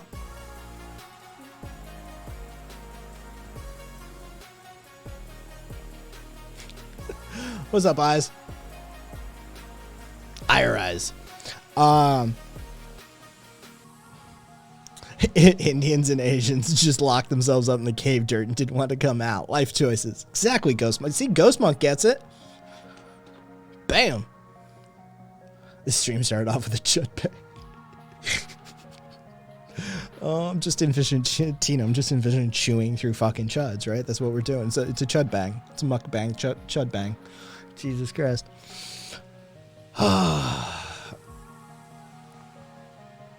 Ref. Oh.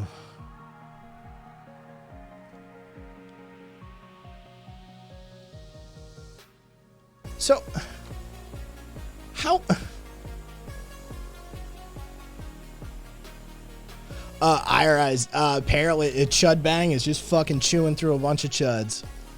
The daily grind, right? Oh, Jesus Christ. Fucking Elon shit. I mean, just...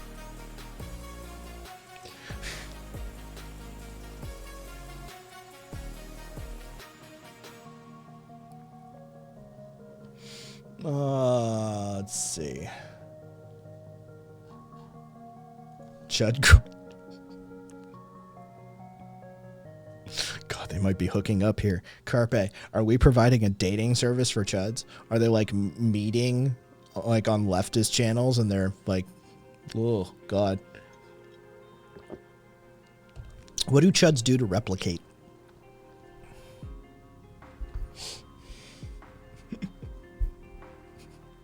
How does that work? What's a chud breeding cycle look like?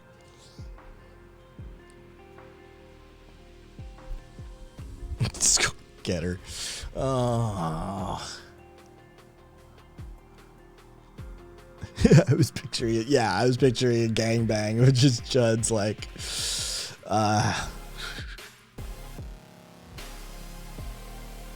aggressively gay incel virgins furry jerk around the lefties and then the mating ritual begins. Cat took a stab at it. Nice. Oh. Shudder. They get together to red light tan their testicles. Dude, that episode still hasn't been released on Fox Nation, Carpe. I want that goddamn episode. That fucking episode has been promised to me. I want to fucking see that episode. It still isn't released, man.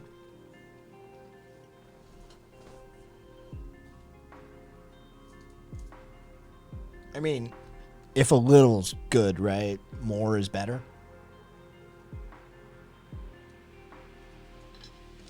That's entirely how things work, right?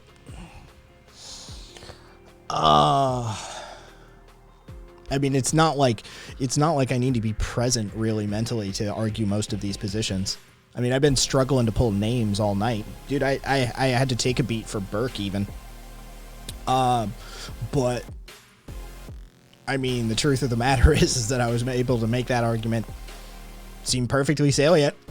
So, yeah. What that means, Rev. If your balls aren't already darker than your thighs, you aren't cooming enough.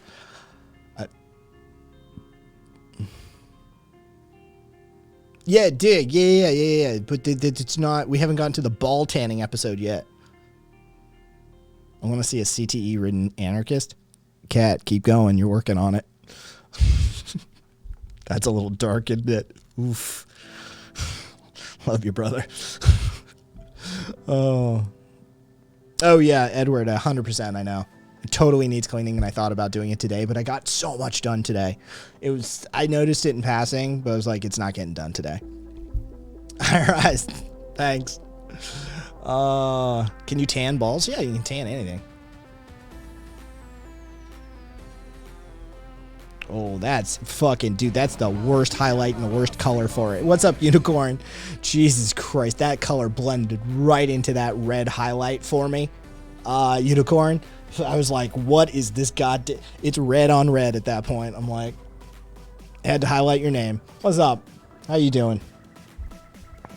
All well in the land of unicorns and dragons, and especially those rare beasts, the unicorn dragon. Oh, it's a Monday. We don't give a shit. We're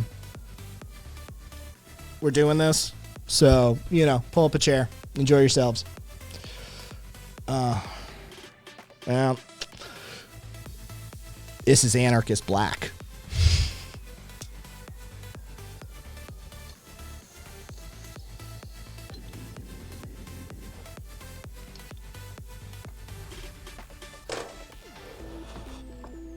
$100% legal tobacco, everyone. Don't do what I do. I'm a trained professional.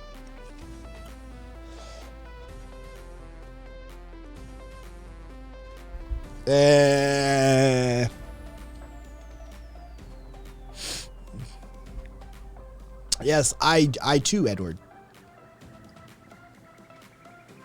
Yes, Marcus. Dude, I've been playing it loose with what day I do the popos, Marcus. Just because, I mean, fuck schedules. Maybe we do one a week. And that's how I play it.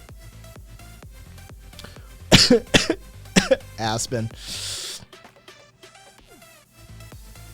Yeah.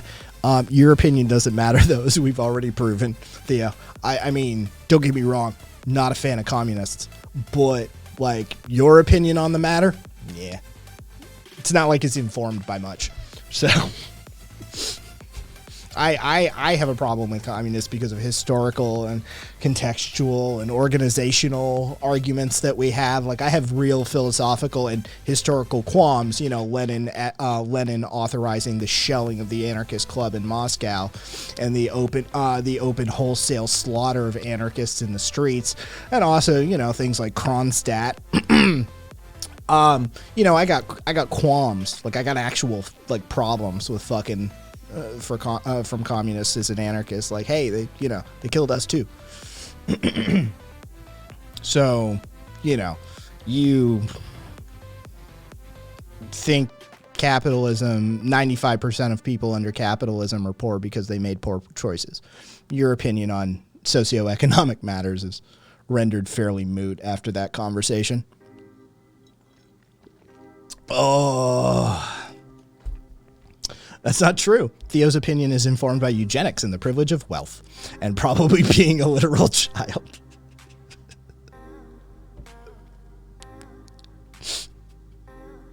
Rough. Rough. Peanut butter and chocolate. Yeah, if the peanut butter fucking occasionally smothers the chocolate to death.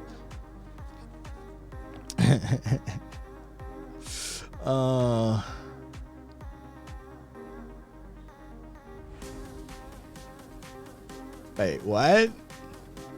Who's complaining about what? There's been no popped censored words whatsoever. What? How? Fucking, you know what? That's a weird enough fucking complaint. Like, out of nowhere, I'm popping this fucking account, and I want to see the history of fucking chat, because this is insane.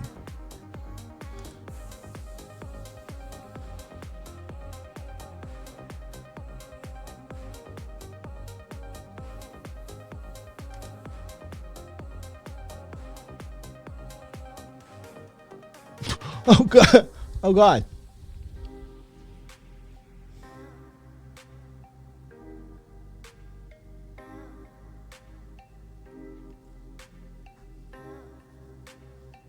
I mean, they don't have... I don't understand what's going on there, because they've had some pretty, like, I mean, honest to God conversation. A little pokey, a little trolly, I think, from time to time. But no, like, on like legitimate conversation. I don't know what you're talking about, Tan. Yeah. Like, I don't... Yeah, Tan, that's on your side. Hold on. Is there, like, a censorship thing that fucking...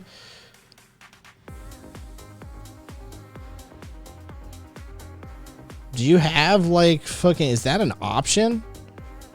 Do we even know that? Yeah. It's an option. Yeah. Yeah, high defensive language. That's fucking stupid.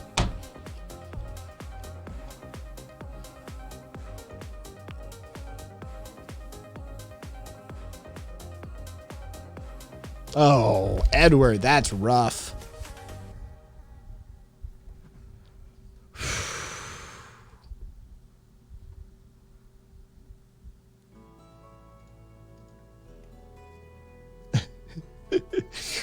Yeah, I'm like, what's going on, Dad? Yeah, we don't, dude, we got it tuned to the lowest we can do it.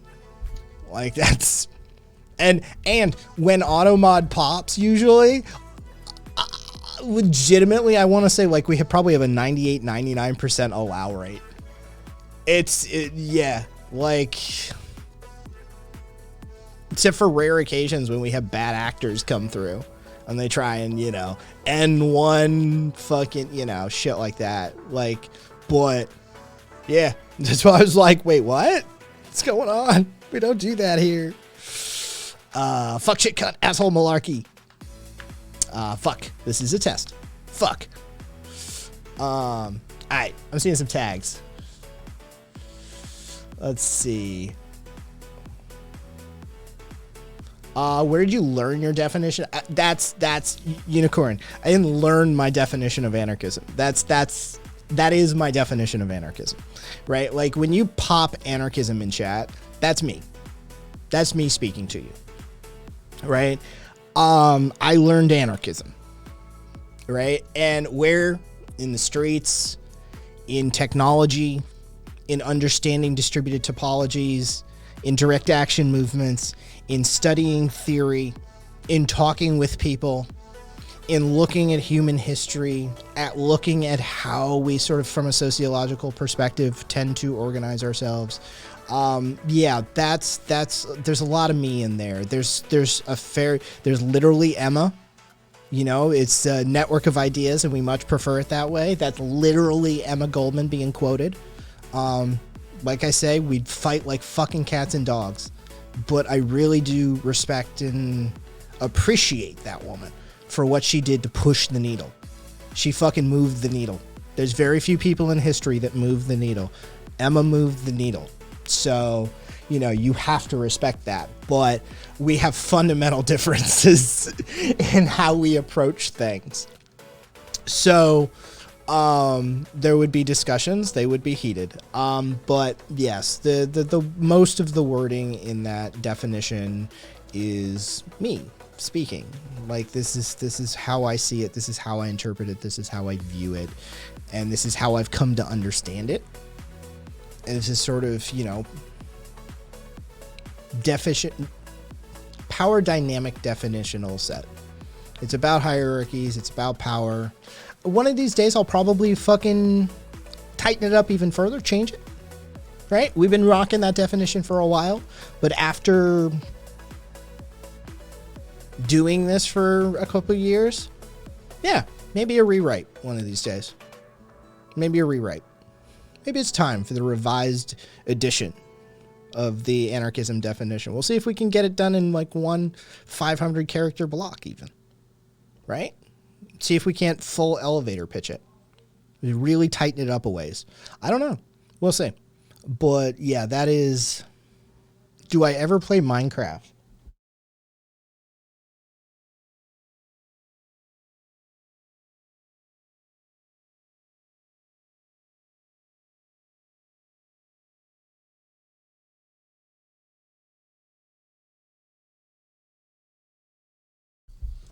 Yes, I was correct. The air conditioning is finally actually moving some fucking air.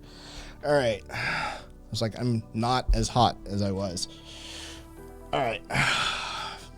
So, yeah.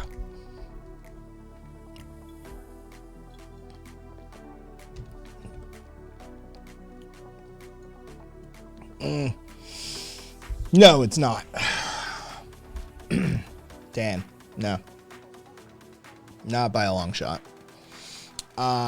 Hey, be over.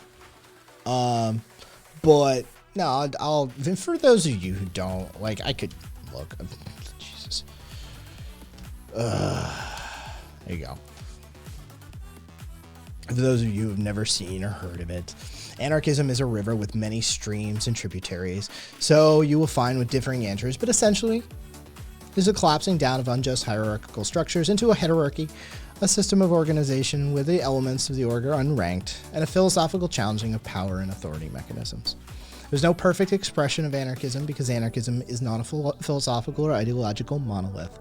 It's a network of ideas, and we much prefer it that way. So, That's me trying to elevator pitch define anarchism for a cold read person. What is anarchism? This is what it is. It's about this hierarchy stuff. Right? It's about a collapsing down of that, and it's about how we organize ourselves, and it's about keeping an eye on those power dynamics. It's anarchism. Right? So, yeah. I would argue, I would say there's extensions of those concepts, but I would say they are extensions of those concepts. And I even could argue, probably relatively successfully, sober, that it's all about power dynamic analysis.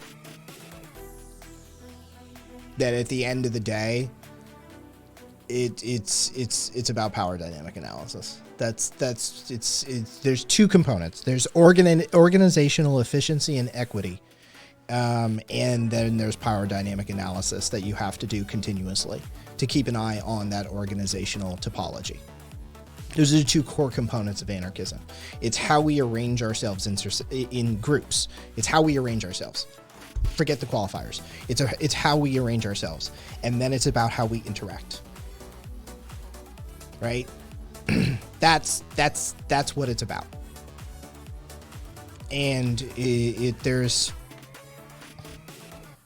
interpretations, there's methods, there's preferred modalities, and this is where anarchism ebbs and flows. There's people that emphasize the individualists. There's people that emphasize the communal aspect, and we call them mutualists, right? Like these are two large camps within anarchism. It's the individualists and the mutualists, right? So there's ways of approaching this. And then there's overlap. That Venn diagram, that Vesica Pisces on that Venn diagram is quite large. So yeah, that's anarchism. How do we structure ourselves? How do we do that in a way that doesn't get out of hand?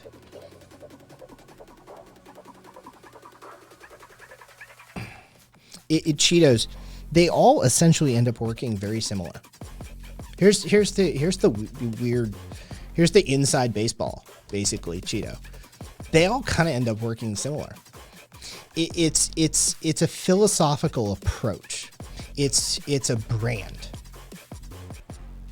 right?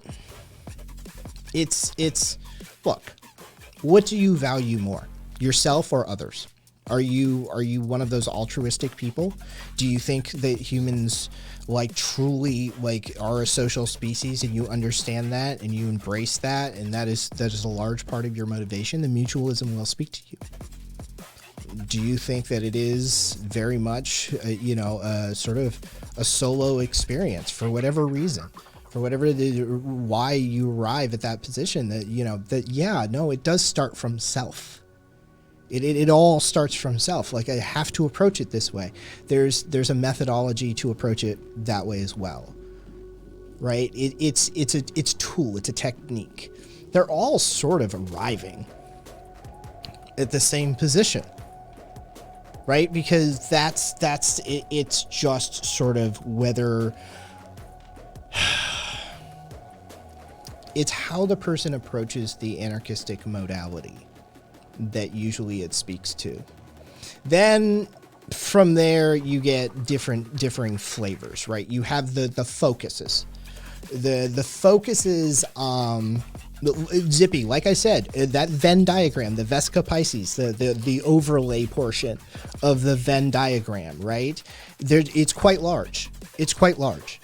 It is quite large. Most anarchists are some blend of recognizing and empowering the individual through individual autonomy. It strengthens the group, right? It's a dual focus process for most modern anarchists. Individualists and mutualists are sort of a historical context, right? Modern anarchism has sort of blended elements of them, and only the sort of diehard like most militant anarchists will sort of like cut that line. Like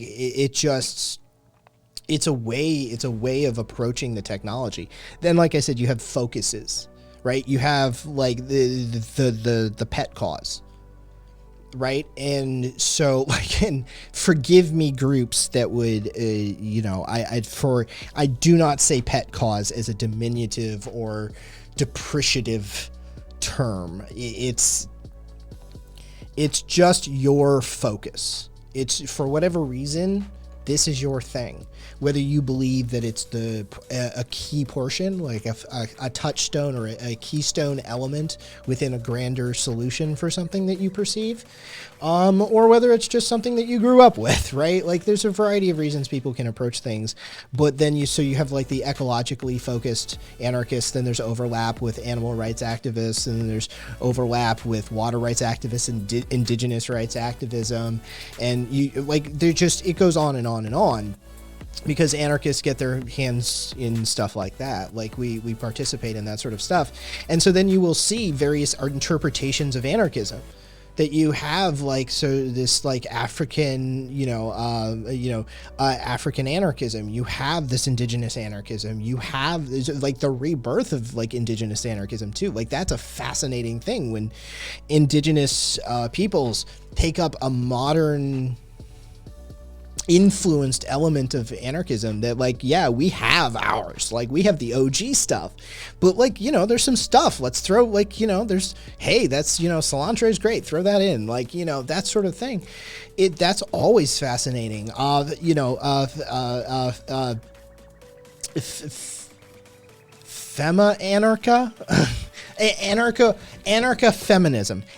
feminism, sorry. You can see how often I say that term. Forgive me, my bias would be showing there. Anarcha-feminism is a whole other interpretive modality of anarchistic operations and organizational methodologies. Anarchism is a technology that can be overlaid on a lot of stuff. And so you have these various interpretations, modalities, methodologies, papers, manifestos, actions, direct actions. Let's be honest, historically, assassinations, targeted harassments, property destruction campaigns, whole hosts of things, right? We have to be honest, historically speaking, not as much in North America as elsewhere. Some of the other anarchists get down. Greek anarchists, I'm looking at you. Chilean, Argentinian, I'm looking at you. OG Spanish and Italian anarchists, like back in the fucking day, like, they fucking got up to all sorts of shenanigans. Historically there is action there as well. But the era of the propaganda of the deed is long such over, and most modern anarchists actually are hyper aware of the monopolization of force and justification of violence on the part of the state in the modern era, and how that invites an element of coercive governmental control within your organization, because they will inevitably infiltrate. That eventually they will find their foot in the door. That's just sorry, it's just the way it works. But one of the stopgap properties that you can adopt is sort of like, per the government's own admissions within their own documentation, they have stated that it's very difficult to work with anarchists. One, because there's a hurdle of education that's required, and two, the distributed nature of anarchists, as they describe themselves. I would describe them as nodes. Anarchist nodes are very difficult to penetrate. So, historically and contemporarily, there's stopgaps that we have, but the easiest methodology is in the modern context to firewall and demarcate certain spaces and understand that there is no advocacy for that. What we're talking about are a series of intellectual technologies, and that the appropriate methodology and use for them is also understanding a sort of Sun Tzu level battlefield play. There are very much strategies at play at a grander scale that you have to be aware of as an anarchist and just be a part of. That you like, yeah, dude, they come at everybody. It's just the way it goes. Whether you're a broke white person living in a fucking, in Appalachia, or you're some fucking lowly tech worker who's living out of their car close to homelessness in fucking Silicon Valley, being one of the drudge workers, or just a single mom somewhere in this fucking hellscape of a country. If you organize in any effective methodology, they're coming for you. It's just the truth of the matter. It's just the reality of the situation. It's always been. Dude, the Pinkertons are coming or the government's coming. One way or the other. It's a de facto. It's the way it's always been. So, yeah. There's the end of that, whatever that is. You have to be this informed to ride the anarchist ride. Tan, that wasn't us. I know there's some weird fucking QAnon 4chan shit that tried to pin. I saw one meme try to pin it on anarchists. Dude, that dude wasn't one of us. That's not propaganda of the deed. Not our era. Not ours. I mean, you can speak to somebody else, but the era of the propaganda of the deed is a historical term. It's an era of, basically, depends how you define it. Some people shoot for 1880 to 1920, but I've seen open interpretation all the way down to 1820, right? It's dude, you can push those numbers far, but yeah.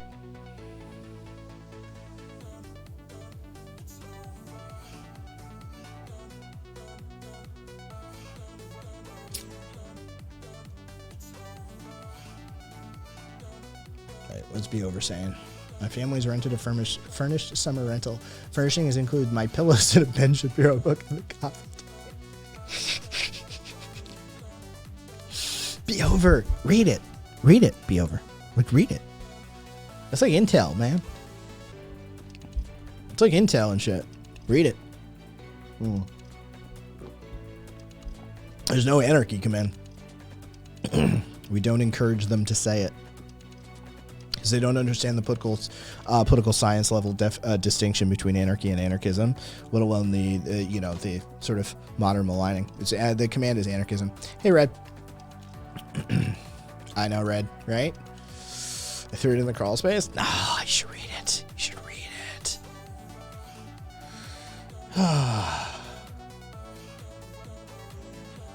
Is Noam Chomsky a good source to learn about anarchism? Look, if you're starting from conservatism, neoliberal, on anarchism is not a terrible place to start, right? If you're coming at this from, I want to know the nuances and the distinctions between various historical elements within the anarchist milieu, no, Noam Chomsky is not who you want to fucking read for that, right? Peter Marshall's your starting point for that level of distinction.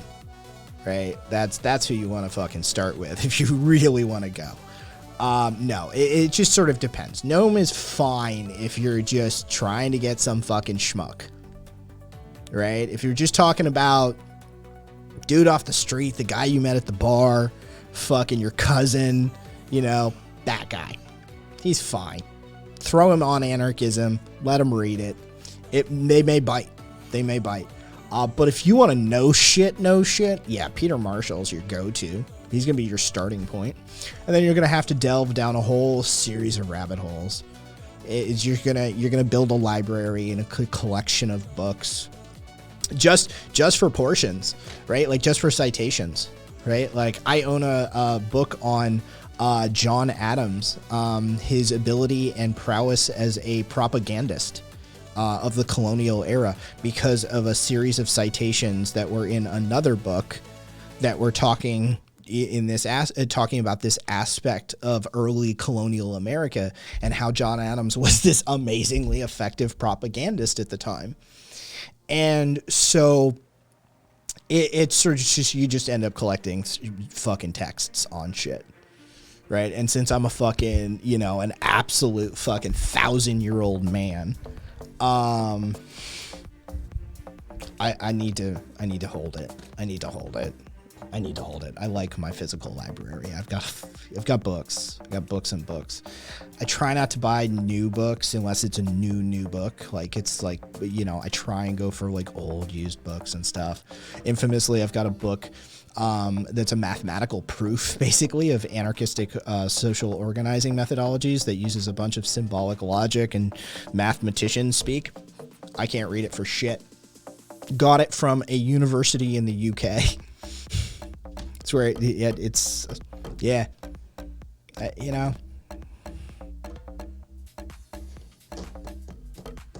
The internet can die. Digital storage can become inaccessible. Books are great for posterity. Oh, fuck me. I'd have to find it, Zerum. So, yeah. I mean, if you really want it, Zerum, if you're just curious, fuck it. But if you really want it, Zerum, I'll go get it. Like, I'll go find it. Speaking of John Adams, whenever I would walk into chambers with a single finger raised and obviously a complaint, my judge would just point at the nearest chair and say, "Sit down, John." And books scare the chuds away, dude. They do.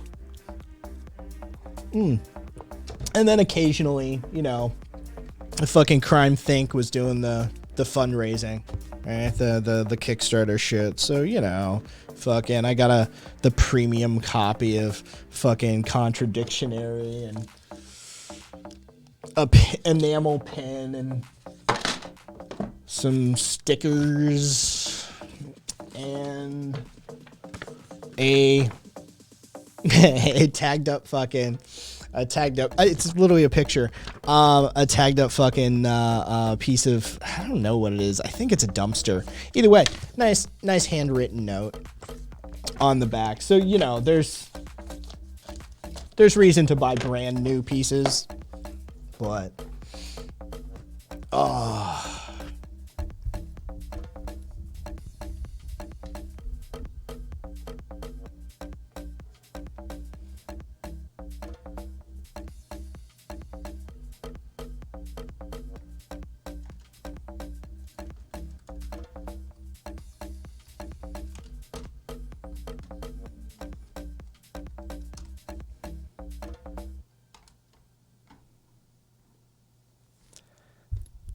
Theo, you've been here since January, and you've been on the air.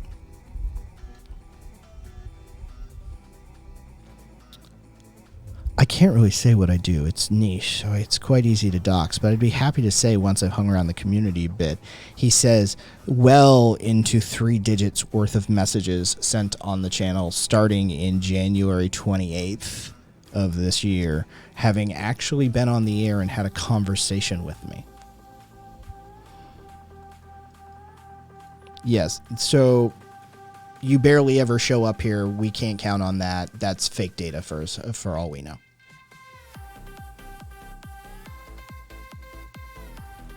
Like, why would we trust you?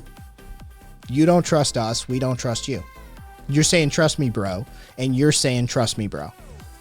So, you see the logical dilemma here? Like, I don't really care how many scary tanky discords. Do you know how many death threats cumulatively this community has gotten over the years from tankies? No, I'm not kidding you. Do you have any concept of how many death threats and rape threats cumulatively this community has received from tankies over the years? I think you might actually be staggered by like what the estimation of the number we have at this point, because we have estimations. Yeah, like, it's adorable to us that you're frightened by this, by the way.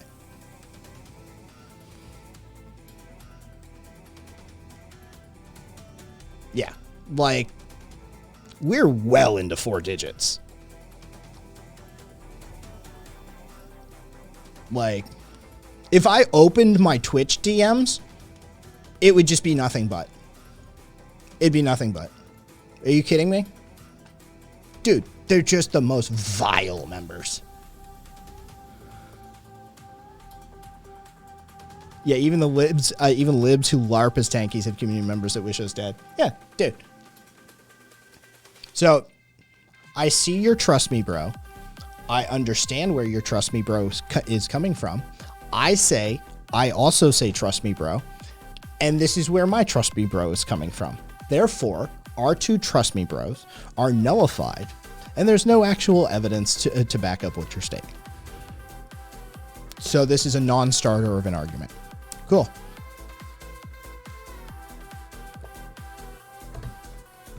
We can just move on from that point because there's no point to it. Anyway.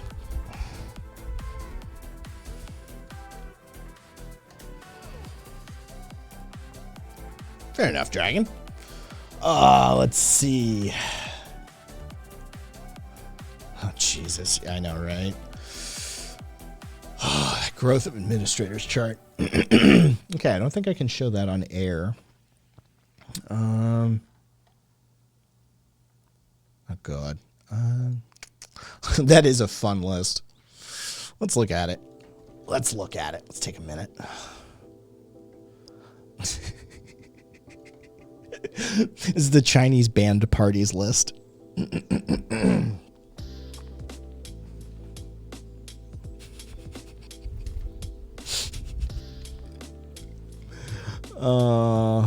It's great. The Communist Party of China. So you know, they're an anti-revisionist communist party founded in 1976 by several Maoist rebel factions of the Red Guard. They believed it was illegal to arrest the Gang of Four and that the new leadership of the CCP is revisionist and unlawful. They were suppressed after attempts at an armed revolt failed in Shanghai. So for those of you who don't know the Gang of Four is basically the four leftover from the revolution that were sort of like the I forget their exact title. But they were party officials, very high-ranking party members. And they were basically blamed for every failing of the communist of the Maoist revolution after Mao died.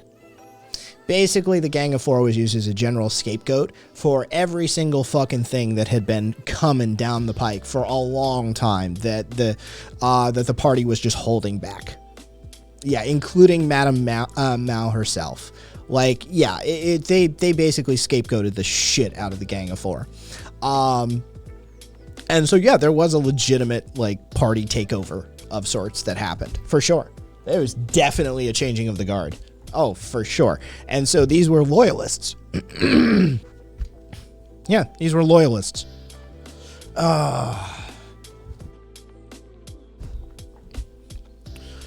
This is the second party that has banned. The Communist Party of China, Worker and Peasants Liberation Army, anti-revisionist communist party founded in 1976 by a Maoist rebel faction of the Red Guard in Fujian. You notice we're noticing a pattern here. They used the old fortifications built during the Chinese Civil War and organized a partisan army named the Workers and Peasants Liberation Army. They announced that the new leadership of the CCP is revisionist, noticing a pattern here as well, and called for uprising and reestablishing the party central committee. Their activities lasted until 1978.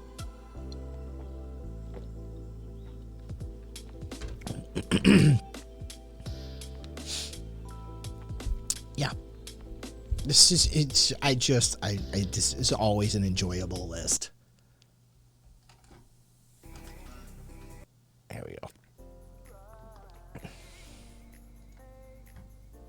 There we go.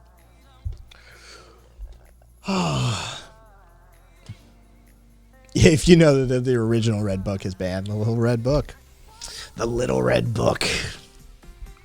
You know how close they follow Mao. Yeah, no, dude, they've long shirked that fucking claim.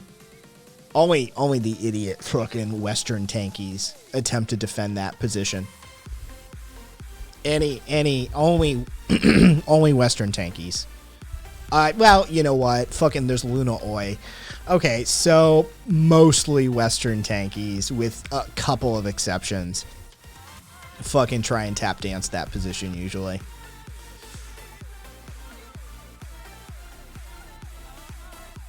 Yeah, but God Punk, have you read On Authority? Every tanky. Dude, if you want to be... who was asking me about fucking... Here's a fucking tip and a half. Every tanky's going to eventually hit you. It is eventually. You spend enough time, every tanky is going to... eventually what you're going to get hit with from a tanky is you need to read On Authority. Then you'd understand. It's short. Go read it. It's Engels. Fucking go read On Authority by Engels. It's short, it's easy to get through, and it's completely illogical. It's batshit. It's just upside down and backwards. There's no fucking two ways about it. Just go read it. Because eventually tankies will hit you. You need to read On Authority. Cool. I'm here to tell you. Like, it's short, it's easy to get through, and you'll be like, well, that was bullshit. I mean, it literally doesn't pass the sniff test in basic areas. It's fucking ridiculous.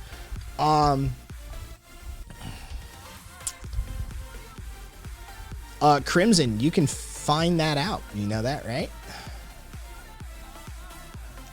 Just type exclamation follow age. We can at least tell you how long you've been since your first follow. Oh, fuck me. Did we not fix that? Oh, I'm sorry. It's going to be... There we go. There we go.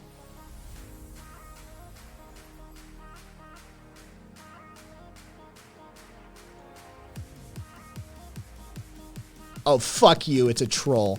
It's poorly written, even. It shows Engels' lack of inability to... Oh, yeah, and I was curious. Crimson got theirs. 1 year, 5 months. There you go. Oh, there's always a flood when this happens. It's always a thing. Chat's just going to do this for a minute.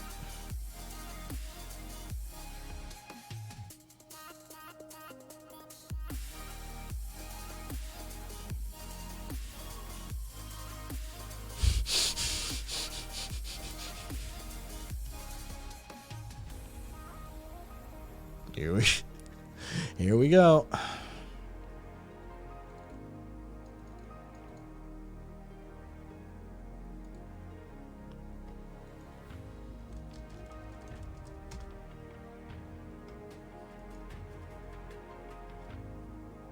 Why is that not on? There we go.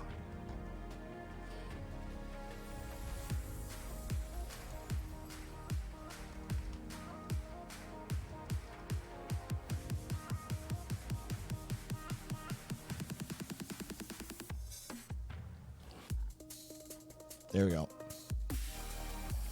Yeah.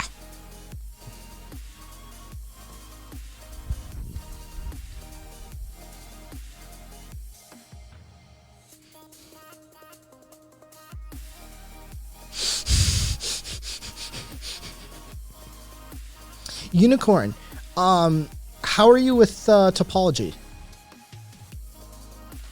Can you approach this from a cyberneticist's point of view? Okay. Dragon, I got you, homie. I got you. Okay, we've been approaching this the wrong way for you. Then you need to go polish up your fucking cybernetics research. Start focusing on decentralized topologies. Distributed topologies. Work it from that angle. Understand the efficiency, resiliency of distributed topologies. Like, come at it from that angle, and then understand that anarchism is a distributed topology, right? Like, put these two things together. This anarchism is this. It's sort of this individual autonomous system that is designed to be individual to individual, and then clusters of those sorts of sets, right? Like, you can approach this topologically, and you can approach this very mathematically, or, network engineers get it this way as well. And so come at it from the other side. Use that portion of your brain, because it's totally there, right? Like, that's what we're talking about here is, helping each other, right? But for you, what you need to click is the efficiency side. There you go. Look at that. That's all we had to do. That's all we had to do. I love that. That was beautiful. Just fucking context, man. Fucking people see things and understand things in their own way, and sometimes you got to get in there and kajigger for a while. You know, you gotta pull pull the levers and push the pedals, and see what's what. Takes a while sometimes. It's just, it's a conversation. Love to see it though. Love to fucking see it.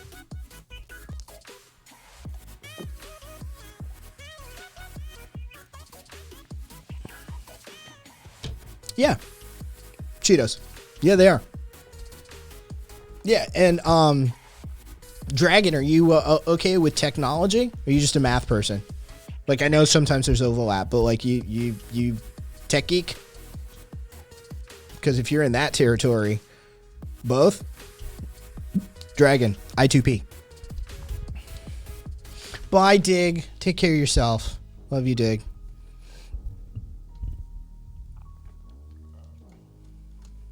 Yeah, I2P. Anarchism is I2P. It's that simple.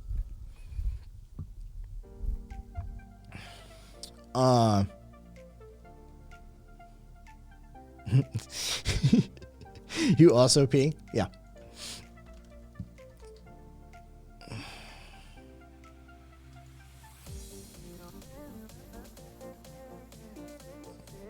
No, it's the other direction.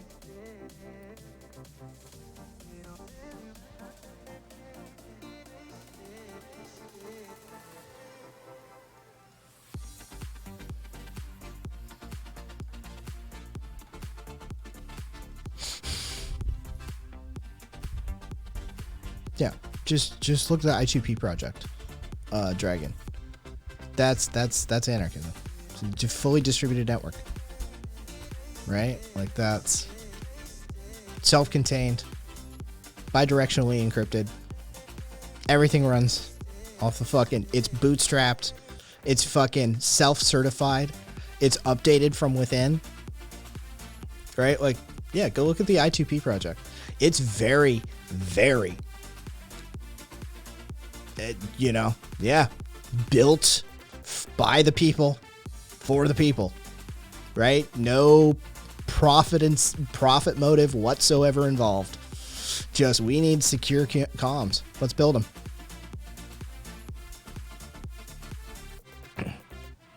Zerum, wouldn't you? Yeah. It's once you start coming at it from that angle, Dragon, yeah, it's gonna click more for you. Come at it from a topologist's point of view, right? Look at all the points of failure in these systems, right? If we're gonna analyze it that way, right, Dragon? If we start map it on the other systems, right? You have your centralized and decentralized topologies, and then you got your distributed topology. For these basic network formations, right? And we map these three primary formations onto various sociological, economic, governmental structures, and and take the pros and cons of the centralized, decentralized, and distributed networks, and learn to associate those values with ideologies that you can identify, or operating modalities that you can identify, or philosophies that you can identify. Try and come at it from that way and be like, okay, wait a second. Fucking, yeah, okay, authoritarianism is efficient, right? Like dictatorship, set definition of centralized government, right? Dictatorship. Everything goes through, in and out. It's all this, right? Fucking super efficient. Super efficient. It done. Right? Law of the land. Heads are being chopped off, right? Like, super efficient fucking governmental methodology. You got the speed, but you've got all sorts of implicit and explicit problems that we all know, right? So, start mapping that way, and come at it from that way as a topologist and a cyberneticist would, because that's how I approach a part of it as well. Yeah, that's 100% how I approach. That technologist aspect of it. That's part of it. It's always been a part of it for me, because I get it. Like network structures and shit like that. It's like, yeah, no, there's efficiencies there, and there's resiliencies, and there's built-in stopgaps to censorship and fucking just disruption in general, and a disempowering of the network, right? It just, you can carve out entire sections of a distributed network, and there's just, you know, that you'll lose some probably speed efficiency, but the network will survive, right? Like anybody like who comes at it from this angle like understands intrinsically, like it's like, oh yeah, no, that's definitely how we should be organizing ourselves, because that's what we should be focused on as a species. Like that should definitely, in that conversation, that distributed nature, that them it dovetails into an intersectionalist analysis. Because the fact of the matter is given the distributed nature of the system and the vast chances for you to have imbalanced power dynamics, there has to be some sort of element within it that speaks to the base human values, the base human actions, right? And when I say values, I mean literally like a data set value, not like values, like a value in judgment structure, right? I mean value like equals this, right? So yeah, that's definitely a portion of how I came to wrap my head around some of these concepts. Also, you just got to do it sometimes. My example is always like an anarchist coffee shop or a fucking direct action. Just get your fucking hands dirty. Just go hang out with anarchists and learn how this shit works, right? Participating in a consensus decision session, right? Where anybody can stop it, right? Like anybody says no for any reason that's good faith, process cycles back. Like it's a fascinating thing to experience. And so yeah, that's for most people, they have to do it. I think Dragon, we just saw an example of one of the few that could probably just get it intellectually. It was Rex. It was. Yeah, I think Dragon probably can get it to just do it intellectually. But most people, they end up having to like just, you know, do it. That's what'll make it click for them. Yeah, I agree, Rex. There's some discussion about fucking communism. I don't care. I'm telling you, that spot in my throat still fucking hurts. Legit, right there. Still fucking hurts. Like, if I raise my throat up my head up when I swallow, it doesn't fucking hurt. But if I'm, like, down and, like, yeah, got punked from the wrench. Yeah. Still fucking hurts. It's because, like, you sneeze and you cough and you fucking swallow and it's just getting no fucking rest. It just is what it is, man. Yeah.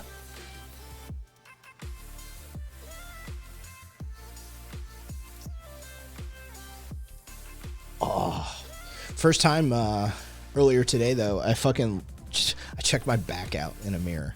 I legitimately checked my back out in a mirror. Fucking did the full, like, you know, after a fucking workout, just to see what it looks like. I was like, holy shit, it's actually doing the thing. I'm like, I've seen that before.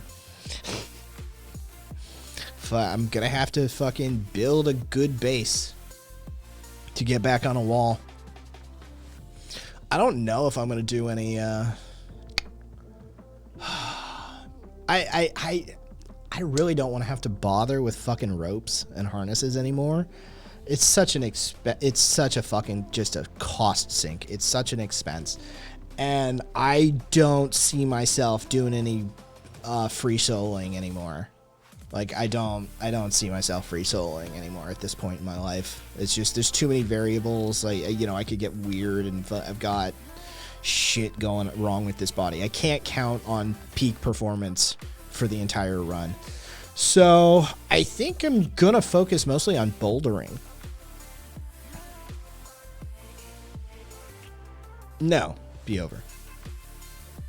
I'm just hot and sweaty because it's Nevada and it's like 1,000 degrees and there's nothing you can do. Even with air conditioning, you can only do so much.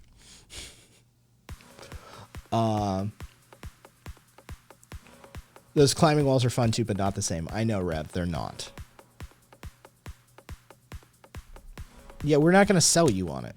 Dude, you got to actually read some shit. And, like, homie, I can't count on you reading 800 pages. So, like, you're going to either have to go hang out with anarchists and do some anarchist shit, or accept that you're probably not going to fucking understand anarchism. Because I need you to read, like, 800 pages, man.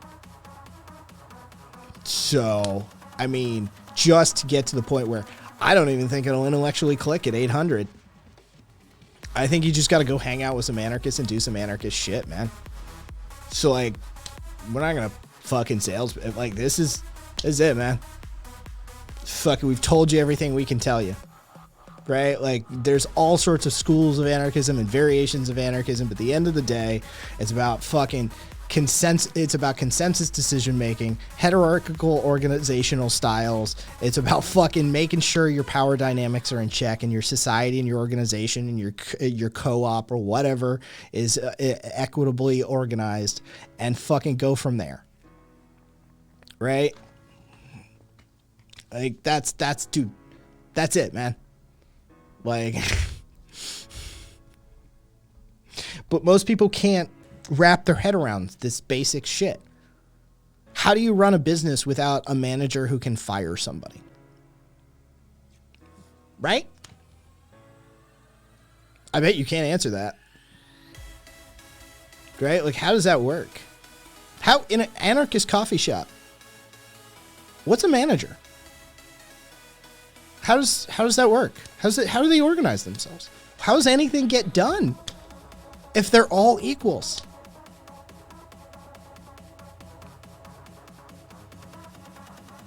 Oh, Dragon, old school anarchist. That's libertarian socialist. It's tooled by me. Wait. The 8 values said you were a libertarian socialist. I can't count on that one. If you've taken mine, I'll stand by it. It's proven pretty reliable. But either way, libertarian socialist, fucking, it's just old school anarchist. That's literally, it's a synonym. Once upon a time, the anarchists were sometimes called libertarian socialists. Yeah, you're like an OG anarchist.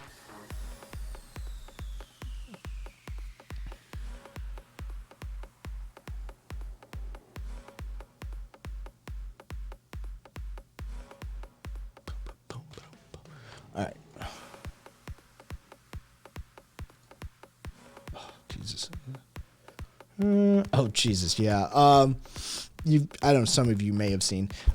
Arizona's not going to require a college degree to start teaching now.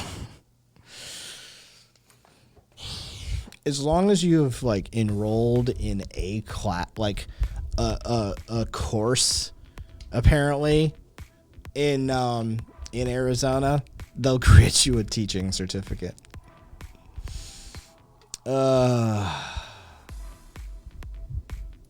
Crimson.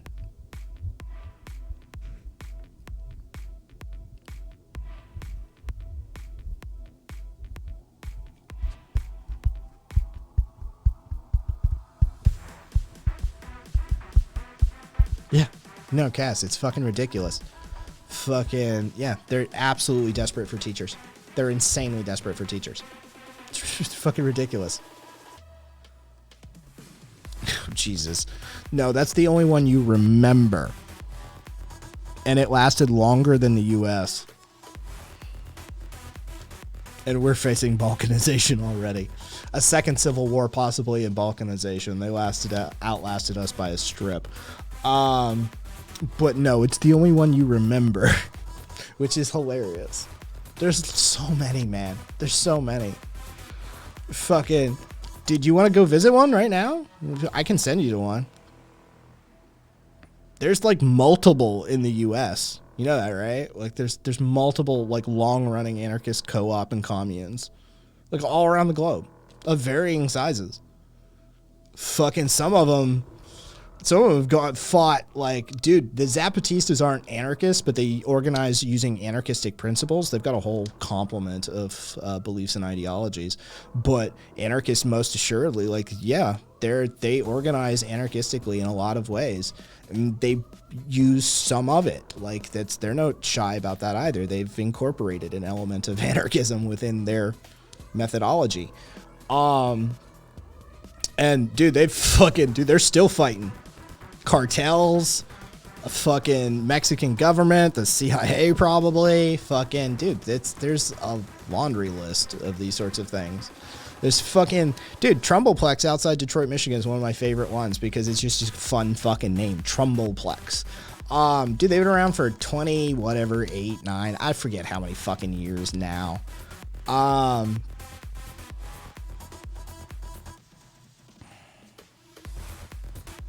Nah, we just hit some bitrate issues there.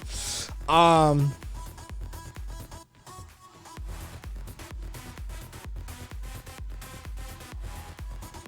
yeah, because our society isn't deeply dysfunctional. Oh, you're adorable. Anarchism isn't utopia. It's not utopianism. It's not some weird pie-eyed bullshit. Humans have problems. Anarchism seeks to provide a system for answering them. Right? Like, this is this weird fucking childlike nonsense, naivete. This literally speaks to Peter Marshall's fucking choice, right? Okay, so we're just gonna do this in 2 dimensions. He literally titled his book on the history of anarchism, which, by the way, this is highly Eurocentric, Demanding the Impossible. Here's a history of anarchism in a highly Eurocentric lens. This does not include South America to the largest extent. I could easily, with my South American collection, add about this much. We've done it. The global anarchist history at like this point is like this thick. And it's like Peter literally called it Demanding the Impossible. It's adorable when people try that tack, that it's like, dude, it has saved our asses and liberated so many people at this point. It's ridiculous. The labor fucking movement alone in the West, the amount of work that anarchists and socialists fucking, and some communists, look, there were some, but in the West, it was, dude, anarchists and what would become, today we'd just call them communists probably, but like old school fucking socialists, turn of the century shit, like, right? They put in the fucking work, 1880s to 1920, specifically fucking 1900 to 1932-ish. Then you start to see the push around legislation. Dude, they put in the fucking work. The reason there's not fucking 7-year-olds getting their fingers ground up in meat grinders and fucking 5-year-olds with black lung and shit in this country anymore is because of the fucking work that the goddamn real fucking left put in at the turn of the last fucking century. Right? Like, that's the fucking truth of the matter. Right? It's like, oh, fucking you have no results to speak of. We've got a fucking history a mile deep. We've got functioning communes, societies and groups and collectives, workers, cooperatives, and organizations working on global scale, food and on bombs of fucking literally 100+ fucking organizations, right? Like, we've literally inspired methodologies of organization within the information age. This is fucking where how a lot of like I2P project and distributed topologies and these sorts of processes, where do you think a lot of these ideas came from? Right? Like, we fucking informed that shit. We did so goddamn much, continue to do so goddamn much, and fucking people just pretend there's nothing there. Just absolutely nothing. Fucking the amount of work that indigenous anarchists have done for water rights and fucking land rights alone in North America, in the New World and South America too. Jesus Christ, absolutely mind-blowing how ignorant that position is, that it just shows that people don't know any fucking history. right? Like, there's no conversation about the labor movement in North America without talking about anarchists and fucking communists and socialists. There's just none. There's no conversation there. The only reason that labor movement happened was because of the actual left. Anarchists, communists, and socialists in the fucking Western nations fucking made that happen. Right? This is the fucking truth of the matter. Right? That this is fucking bullshit. This line that fucking people come at us with all the time. That like, well, what have you done? We made the world tolerable, bitch. We made it so that fucking 5-year-olds weren't falling into meat grinders because fuck. Jesus fucking Christ. We brought humanity back to fucking society for a moment. And we have to fight every single fucking moment, tooth and nail, against greed and avarice and just the most base, horrible human instincts. And then we have to have people spit in our face the entire time we do it. Because let's face it, historically, the only time the fucking needle gets moved towards a more humane direction is because of a bunch of fucking progressivists, leftists, anarchists, communists, socialists. It's the ones who dare say, you know what, we can do better. We can do better. Your system is bullshit. It hurts people. We can do better. Right? Those are the only fucking people that have ever brought an element of humanity to this shit show that we call human history. And people fucking dare question results. What have you done? Where do you exist? Bitch, we exist everywhere on this fucking planet. Anarchism is informed by indigenous experiences. This knowledge is as deep as the human species is. Jesus fucking Christ, show some historical respect. It's absolutely ridiculous. They're like all of the shit that people take for granted. Even in Europe, where do you think a lot of those fucking labor movements come from? Do you think those fell out of the capitalist pocket? All of those fucking labor rights, all of those fucking privileges that you enjoy in the European nations. Where the fuck do you think those came from? Literally frothing.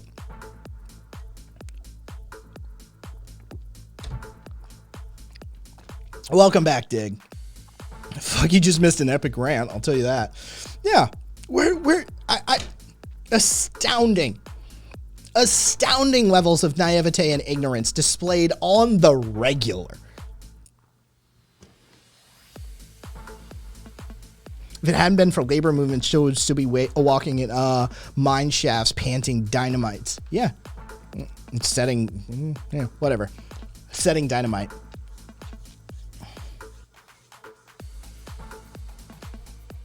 Oh yeah, I don't know if I trust you. Planting.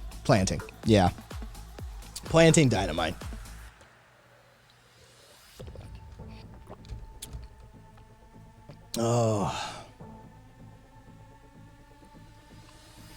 Actually, we've got a community, Tale of Two Rabbits.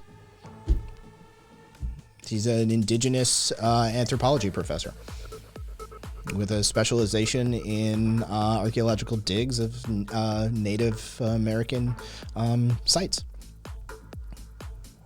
Yeah. Rabbits, good people. Fucking. And he's an anarchist.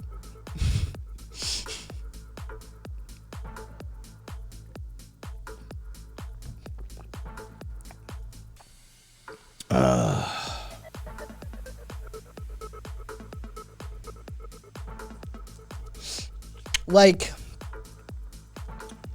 Rumble, so I can get on the same page for your question. Are you asking about like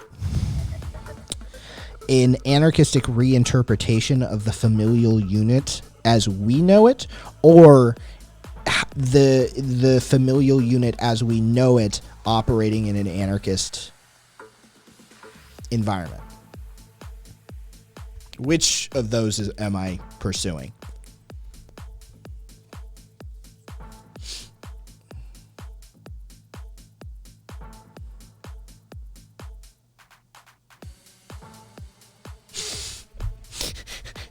Tech support. I mean, look, the British, it's a fucking meme. It's a fucking joke at this point, but it's a truth. It's a truth. It's a cliche for a reason. One visit to a British museum is enough reason to teach. That should be enough to teach you to never trust the British. I'll give you two reasons. Fucking, here's your second reason, tech support. Fucking years ago on Top Gear, Jeremy Clarkson says to an American audience, he says, I don't understand. He says, you just don't get it. The reason, if we had pickup trucks in Britain, he said, we couldn't pull up to a stop sign or a stoplight and not have people just steal everything out of the back of our truck. Like, he says, like, when I go to America and I see people just traveling with stuff in the back of your truck, he says, you know, like, I don't understand how you can do that. Same sort of thing, like theft, gun violence, right? Theft, gun violence. The British have a culture of theft. They really do. And so between Jeremy Clarkson literally confirming for me that, like, yeah, dude, you couldn't have something in the back of your truck at a fucking stoplight in Britain. They just gone, right? Like, and then you look at the British museums and you're like, yeah, dude, the British really do have a culture of theft, like, straight up. Like, they're just like, if it doesn't matter if it's nailed down or not. The only deciding factor is whether they can. It's logistics. They proved that with the pyramids. They were going to take a fucking pyramid. They were like, they were going to take a pyramid. They just couldn't. Dude, that was the only deciding factor for what Britain would or wouldn't loot, was could they? That was it. Like, it's dude, they've got to, you know. So there you go. There's my fucking response to that. All right, so Rumble asked me. Okay. Okay, so Rumble, you're going to be sorely disappointed. I'm going to have to direct you probably to the anarchist library, .org. And you're going to have to do some research, because I don't have anything off the top of my head that is in my sort of collection that would speak to specifically that. There's discussion of allusions to and general, like, especially the pedagogical texts that I have, definitely dip into sort of like the interactions with the family and that sort of thing, and potential alternative structures that you interact with, but none that would specifically speak to either of those topics. That there's sort of like the new interpretation of the anarchist family structure versus the survival of, like, the nuclear family structure within an anarchist society. Communalism. You're gonna want to look to the communalists. They will have texts on this. That's my instinct, is the communalists will have written about this.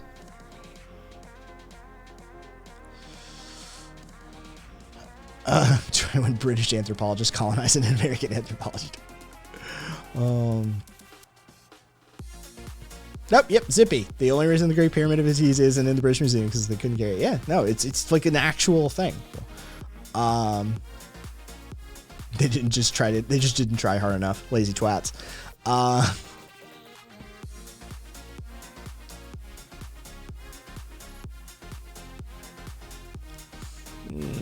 Let's see. Not a pyramid, the biggest one. There you go.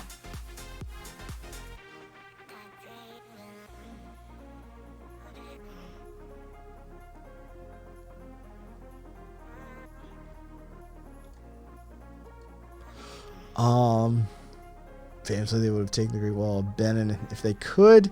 Give it a Google image search. They were like 9,000 miles long. They couldn't take it and invade the city at the same time. Imagine making that call, Marcus. Imagine making that call. Holy shit, right? Like, that's the most hilarious call.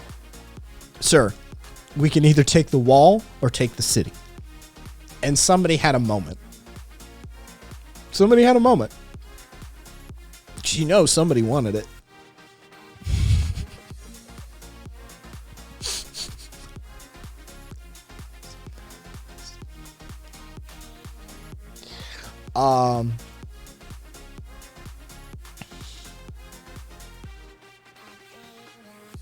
Rock on, Rumble.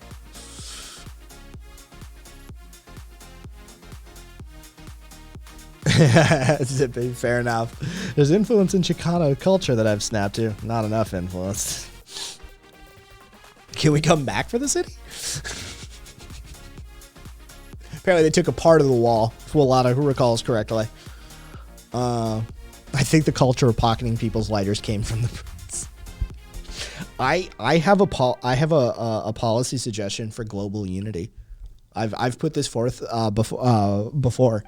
That I propose we bring global harmony and unity by agreeing to just blame everything on Britain.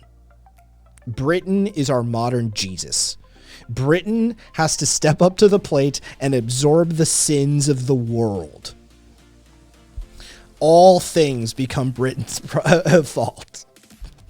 And everybody else outside of Britain will agree. We'll have this one touchstone, right? It'll be, even in the direst of circumstances, we could be at the brink of war with one another. Our leaders can look at each other and chuckle and say, yeah, but at least you're not Britain, right? Yeah, right? Fuck those guys, right?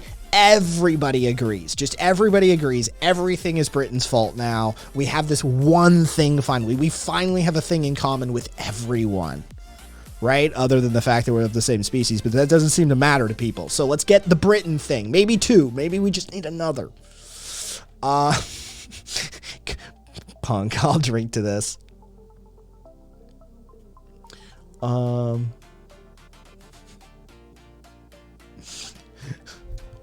Rome birthed the British Empire. Carpe. Somehow, Rome birthing the British Empire is Britain's fault. That's just facts. That's deontologically correct, man. That's just how it is. That's just a truth. Like, epistemologically speaking, what I have just said is the truest objective truth that's ever been uttered. That's still Britain's fault. Yeah. Yeah. Time, space, none of that matters. It's all their fault. Yeah.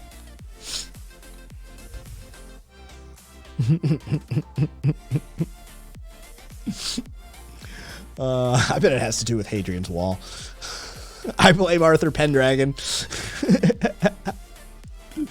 Blaming Britain is criterion for truth. Blame Canada. I mean England. Yes. Exactly, Caboose. Oh. You made me have Sam Adams here.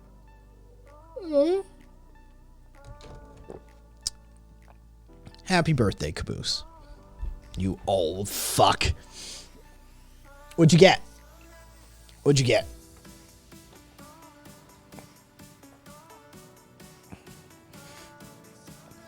Merlin was the Soros of his day. There we go. See, that's the kind of thinking we can get behind, Carpe. That's the kind of thinking that could heal the world. You're a hero. Yeah. Just for typing that into an online chat. That makes you a hero now. Forget rescuing puppies and shit like that. 100% hero. Certified.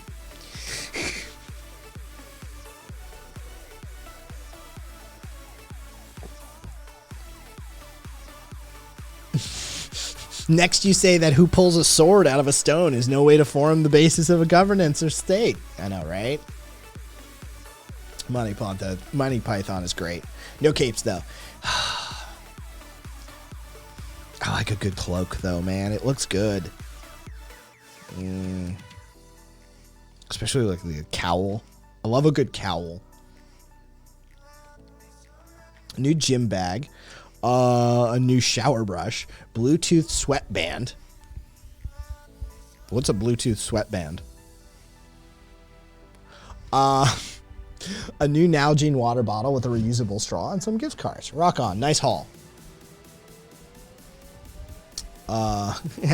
Dick. Love you too. Oh, okay. So it's okay. Music. I'm like, what's a Bluetooth sweatband? Like, what's the function?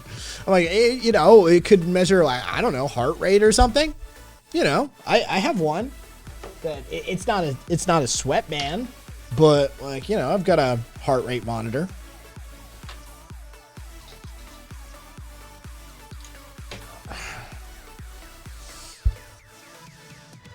If your name is Nigel, I don't trust you.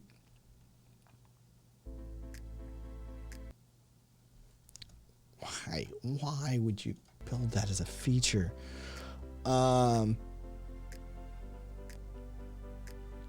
you think we're heading towards a totalitarian hellscape? Not saying we're not there already, but yeah, it could get a lot worse. Oh yeah. Well, no, Theo, we're definitely heading towards authoritarian. Like, we're already there. Like, we're just increasing degrees of authoritarianism for sure. Last call was 9/11, man. Yeah, I know. That's the tan. I was like, what the fuck? Your sweat is now Bluetooth compatible? Like, what? I was confused there for a second. It was a true beat. I was like, do something? Theo, no, I do think, 9/11 was last call for authoritarianism in the West. I think we're ever increasing degrees of surrendering whatever over to other processes to the system. But the U.S. is facing a unique situation right now. We're facing balkanization. That's like truth. I don't like, people think that there's like this singular moment, right? I don't know if it's just an extension of this like weird, like cultural meta narrative that we've adopted from the French Revolution, that there's somehow this singular moment where shit just happens. If this is just some natural interpretation of how humans cope with the vastness of historical context and interlinked events and processes. I don't know where it comes from. But we are most assuredly heading down the road of balkanization. Like, we are breaking up as a nation. We've been doing it for a while. And you start to see, like, I mean, if you are not in line with the Roe v. Wade sort of traditional pro-choice opinion set as a state, California will not interact with you officially now. Like, they won't, like, there's no conventions.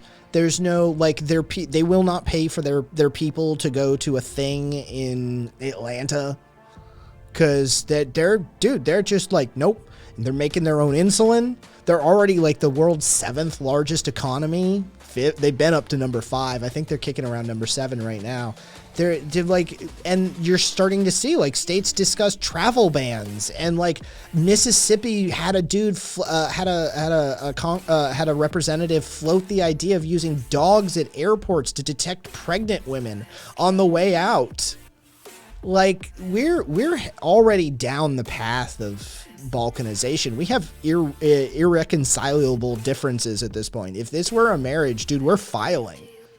Like, we're not gonna break up, probably. Like, the legal structure of the US is gonna prevent a lot of that from happening, but we're going to see a lot more demarcations start to form between the states. And it's an inevitability of this sort of this Supreme Court's judicial opinion that the states' rights trump a lot of stuff. And so the more that you determine the states have the right to do something or to act autonomously without federal oversight, then you're going to get states acting autonomously without federal oversight, or, they're going to lack degrees of coordination. And as a result of that, you're going to see these sorts of cultural walls start to come up.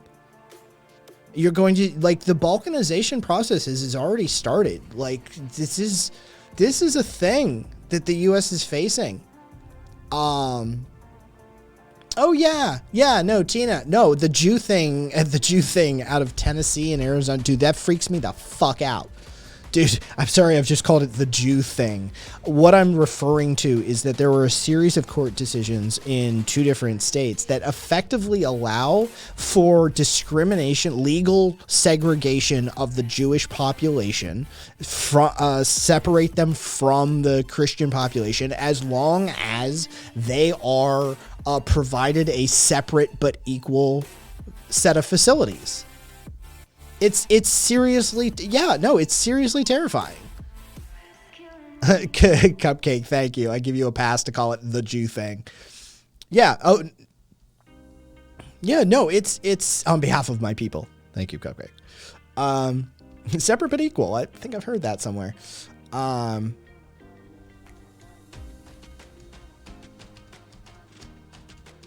So, yeah, like I it's already here, man. Like, it's already here. An authoritarian globalist government. We're the only ones that could do it, Theo. The U.S. is the only one that could pull a full-blown authoritarian globalist government. You know that, right? Like, it's our military. It's our military that would enforce that. No one else's. No one. There's no other military. There's just not. It's just not. If you want a fucking global authoritarian government, it has to be U.S. core U.S. You can get European coordination and all of that sort of stuff out of it if you want, but the military, the force, will be the U.S.'s military. That's the only conversation in the room, right? Like, that's that, and we're facing. Oh yeah. Cupcake, yeah, the fact that he brought out the globalist thing. Dude, you're talking, that's just straight up anti-Semitic dog whistle. We usually, what we say around these parts, 3 questions until we get you to just say it's the Jews. From that marker, takes us usually 3 questions to get to the Jews. The globalism thing is seriously entrenched in anti-Semitic rhetoric. It is what it is. It's always been. And sometimes in particular, Jewish space lasers. What's up, Brubeck? Yeah, I know, right? Tina Fey, one more time for the people in the back. Fucking.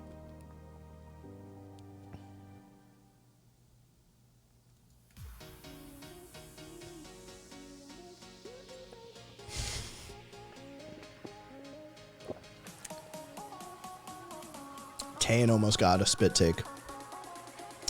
Authoritarian globalist government? When did Alex Jones get here? Alex Jones here. There it is. For Proudly Radical. Since I owe Kai a few favors from back in the old days. Shit, I probably shouldn't talk about that. Wait, why are you still recording? Fine. Just be sure to edit it out.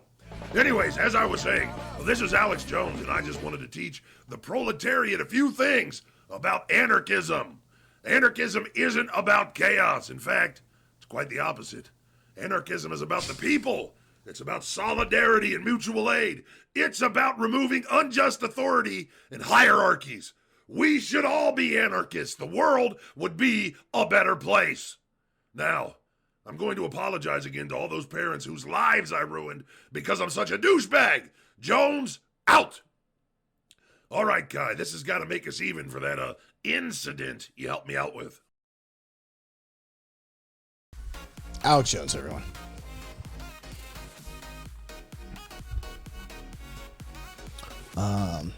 Okay.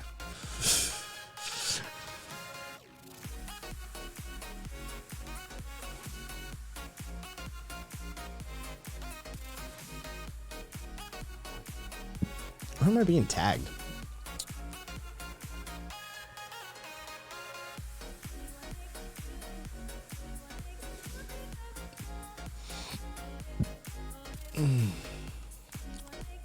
All right.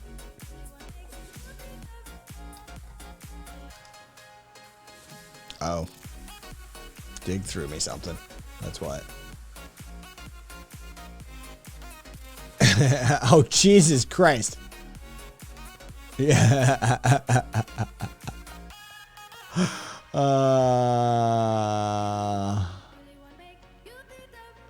Okay. That's a hell of a thing, Dig. That's a hell of a thing.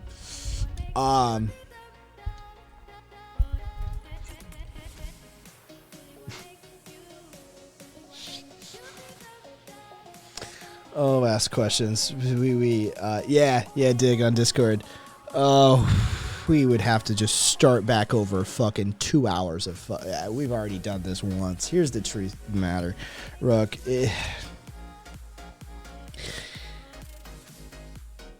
I don't agree with the entirety of that system. It's a fundamental difference. This isn't a conversation that we're having about, you know, efficient means. This is a conversation of, I think that entire system is criminal, is unethical, is immoral, is inefficient, is foundationally incorrect, and I have literal systemic problems with it. And so the argument starts with an anarchistic understanding of dual power structures and how actual change happens from a grassroots organizational methodology, and the people who interact on a communal level tend to be the most influential within one's lives, and the concept of the federal government and the larger scope of governance, legalism, and all of those other overarching systems that we've already actually done a pretty good run through this stream fail to meet the ethical, philosophical, and logical challenges put forth by various contenders. I'm an anarchist. Marxist critiques of Marxian critiques of capitalism are foundationally solid. I think his solutions are poor and short-sighted and naive, and you can speak to, you look all the way back to Bakunin and Marx fighting at the First International, right? But at the end of the day, the truth of the matter is that a lot of people have poked a lot of holes in the system, and it shows that it's worse for wear at this point. And I argue that, sure, vote, go for it. It's harm reduction at most. That's fine. That's fine. Do it. But don't tell me for a second that voting is what was the catalyst for change, right? Don't tell me that voting is what got the job done. It's not. It never is. Not through all of human history. Not even the history of this country. Not even the history of this country in the modern era. It's not. So, do it. Feel free. Harm reduction. All for it. But down ticket voting is important. Down ticket voting counts. I am consistent. I've never been on the other side of that. I've always maintained that. Down ticket voting counts. Up ticket voting is questionable at best and contributory to a worsening of the system at worst. But down ticket voting, your mayor, your city council, your fucking chief of police, your sheriff, your fucking dog catcher, your fucking, superintendent of schools, all these fuckers matter. And Beat Nixon Brewback, by the way, thank you for those biddies. Apparently today's Soylent Red Day. So yeah, those people have the most immediate impact upon your life. Those people are the people who prevent you from creating the dual power structures that really actually do change this world, right? That's where that happens. And so down ticket voting, very much so. But that's not the context of this title and conversation, and I think we both know it.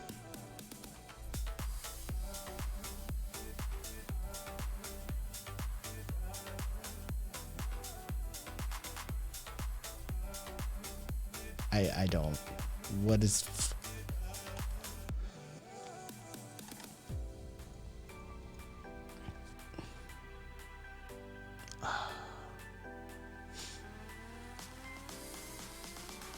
Oh, is he asking the scope and scale problem?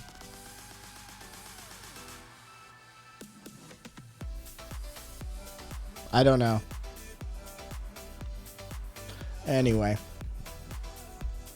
It's not a conversation with me. So. Oh, who should have been Lincoln's VP? Sherman. Sherman should have been Lincoln's VP.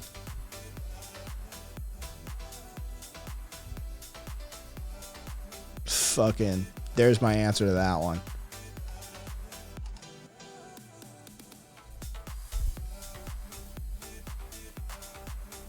What was Rev saying?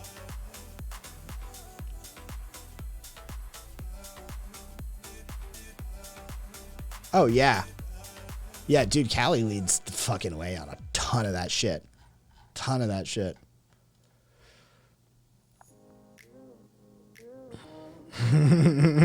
Shout out to Vernon Sherman. Yeah, that's who should have been his VP is fucking Sherman. Fucking, we wouldn't have the problem we have today.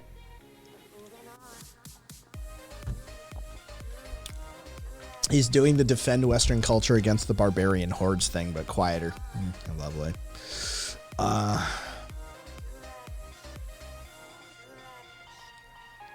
Yes. Well, a lot of down ticket voting. Our voting ballots in the U.S. are organized by like the federal goes at the top, state is next. Like federal, so state senators and representatives, county, local. So the further down you go on your ballot, on your ticket in the U.S., the more local the politicians become. The very top is President of the United States. That's the very, very first thing on the ticket. And so, yeah, the further down a ballot in the U.S. you go, the more local it becomes. That's literally how we organize our ballots.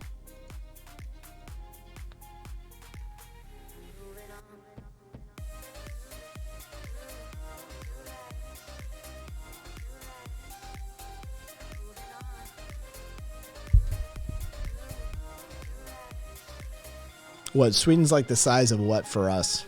What's Sweden comparably to a U.S. state?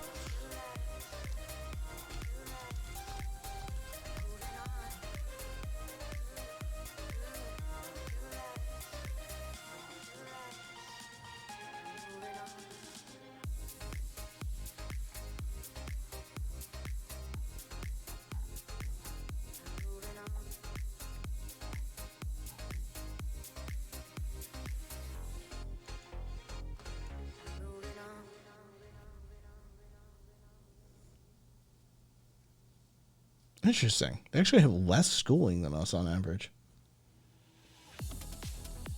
That's weird. Didn't expect that. Oh, yeah, dude. So many differences there.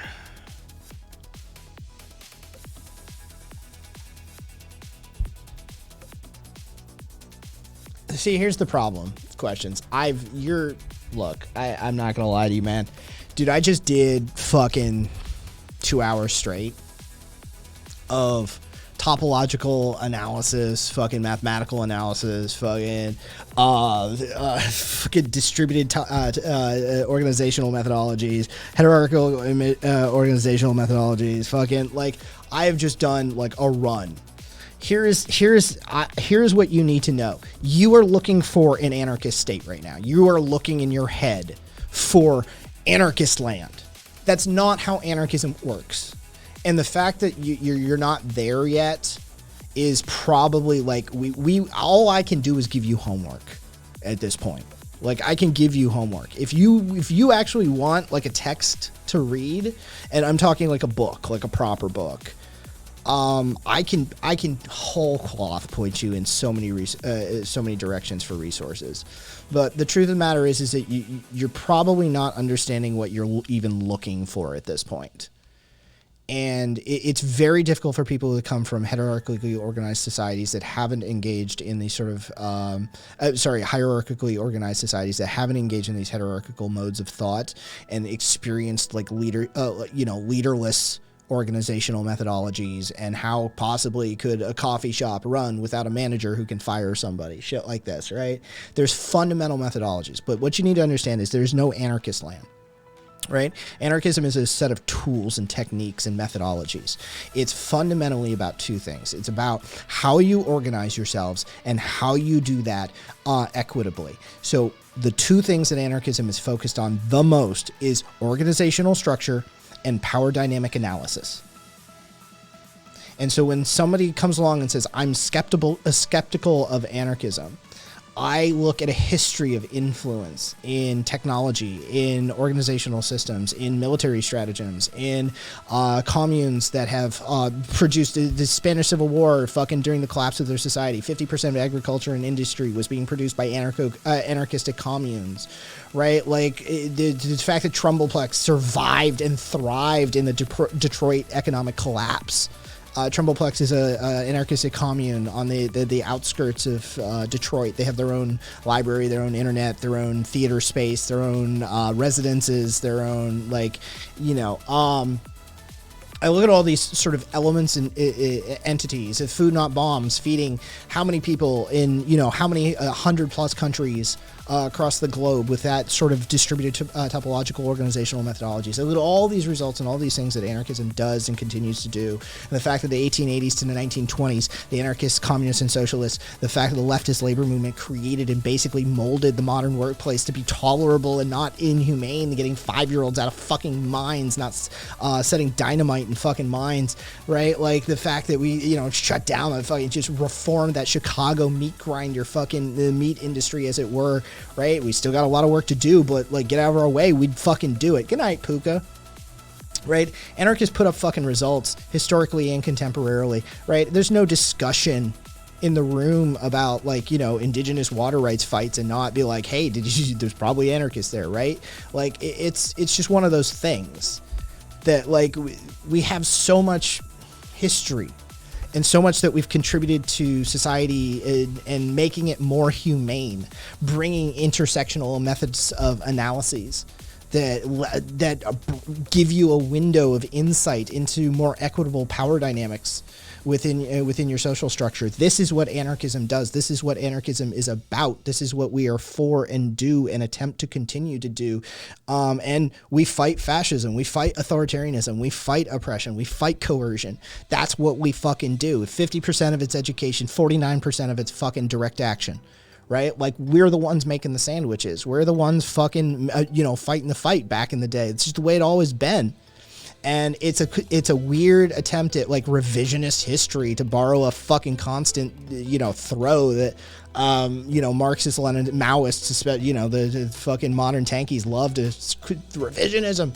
But it's a weird form of revisionist history to try and, like, write these sort of leftist elements out of the development of the modern democratic world, right? Like, you're taking credit and taking use and have all of the advantages of these technologies, these intellectual technologies that these elements of activism have brought forth, and then attempting to discard them and set them aside by saying, like, well, I don't see any evidence or proof of them, like, working. It's like, bitch, the only reason that you haven't shot yourself from having to work 7 days a fucking week like a goddamn actual slave is because of these elements in our society.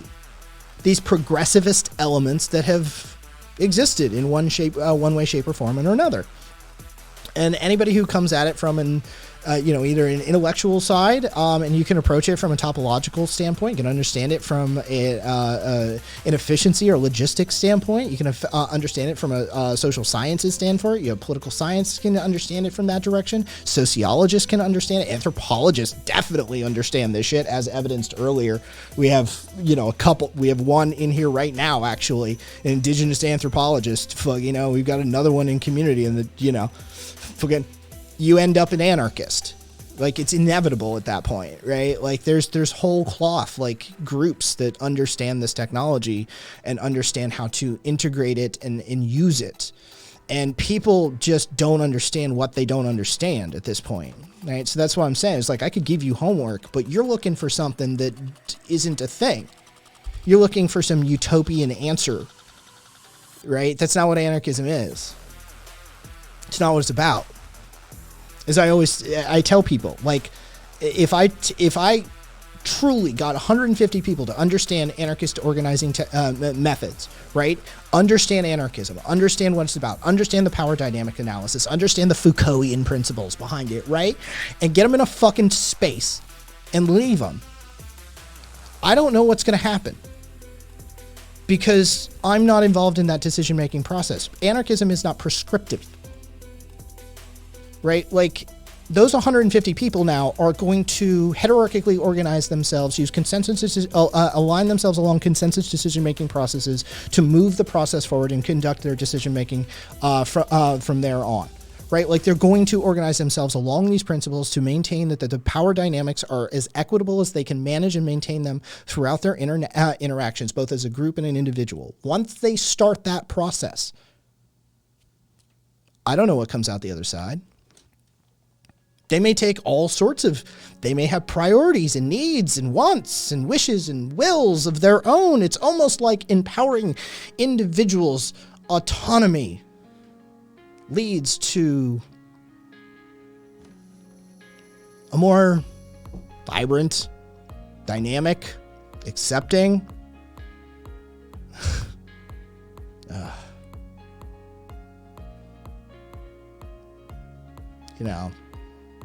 good stuff, humanity.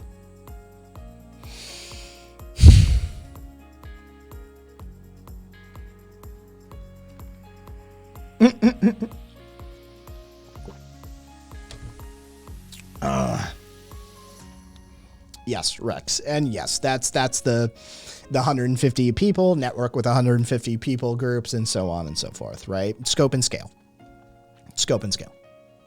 Anybody who understands this from a topologist point of view understands how the nodal structures form into clusters and then move, and then how that then creates micro and macro subgroups, sub and supergroups, right?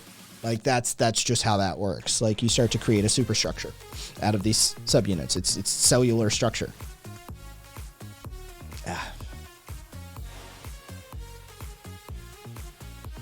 Anyway. Oh. Done this so many. I feel it's disingenuous to want to. It's just, some days you do it so many times in a row. Some days you're happy to do this spiel, right? Here's me, right? Some days I'm happy to do this spiel, right? That first time that I had to do the spiel, I was super fucking happy for it. Right? I did like an hour and a half fucking just, let's do this. Right? And then somebody else comes in and has like literal baseline misunderstandings. And it's like, oh shit, I have to start from scratch. You do a fucking concerto, right? And you fucking hit that end note and your fucking conductor goes, that's a great warm up. Now let's do it again. And you're just like, oh, it just takes the wind out of your fucking sails.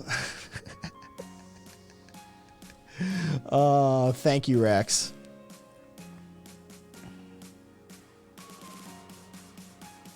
After a while, it's like, welcome to Good Burger, home of Good Burger. Can I take your order?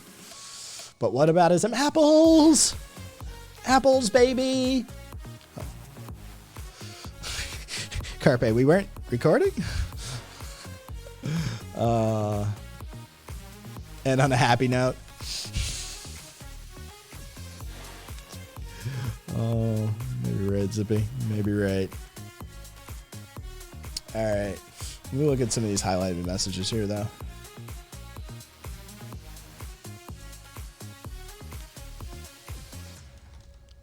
And I want to do that. Cool. You're welcome, Theo. Thank you as well. Oh, Jesus. Nope. That was the one I wanted. I have to look. Why is that on my recommended channels list? Amaranth is on like the top of my recommended channels list.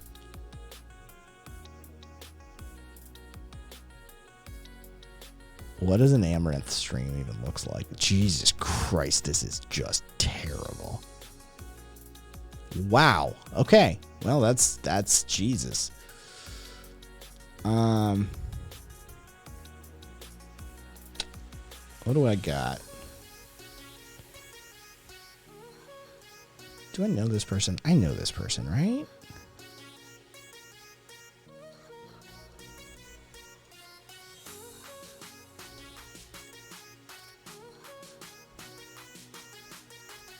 I think I have. Yeah, you know what? I'm okay with just fucking one way or the other. Hot tubs, booba, horse heads. Yeah, dude, that was a fucking Jesus Christ. I mean, cricks. Yeah, I mean, right? Dude, I think who's the chick who did Belle Delphine? Is that the gamer gamer girl water? Dude, I love the gamer girl water. That's hilarious to me. Punk. Good night, man. Yeah, the gamer girl water thing is hilarious. Don't forget the ear licking. Okay. Resolution. Night. Zippy farts in the jar. This is a great troll. What about ism the fart jars? Fucking Zippy went for it first. Rev. Oh. Tina. Night. Respect the troll grind. Dude, the gamer girl water is still to this day. Do we know how much did she make? Dude, that had to be. Dude, that's hilarious. I mean, just amazing. Just amazing.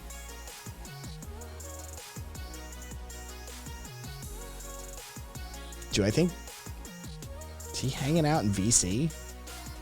Look, if somebody wants to go hit VC, let me know. Peace, y'all.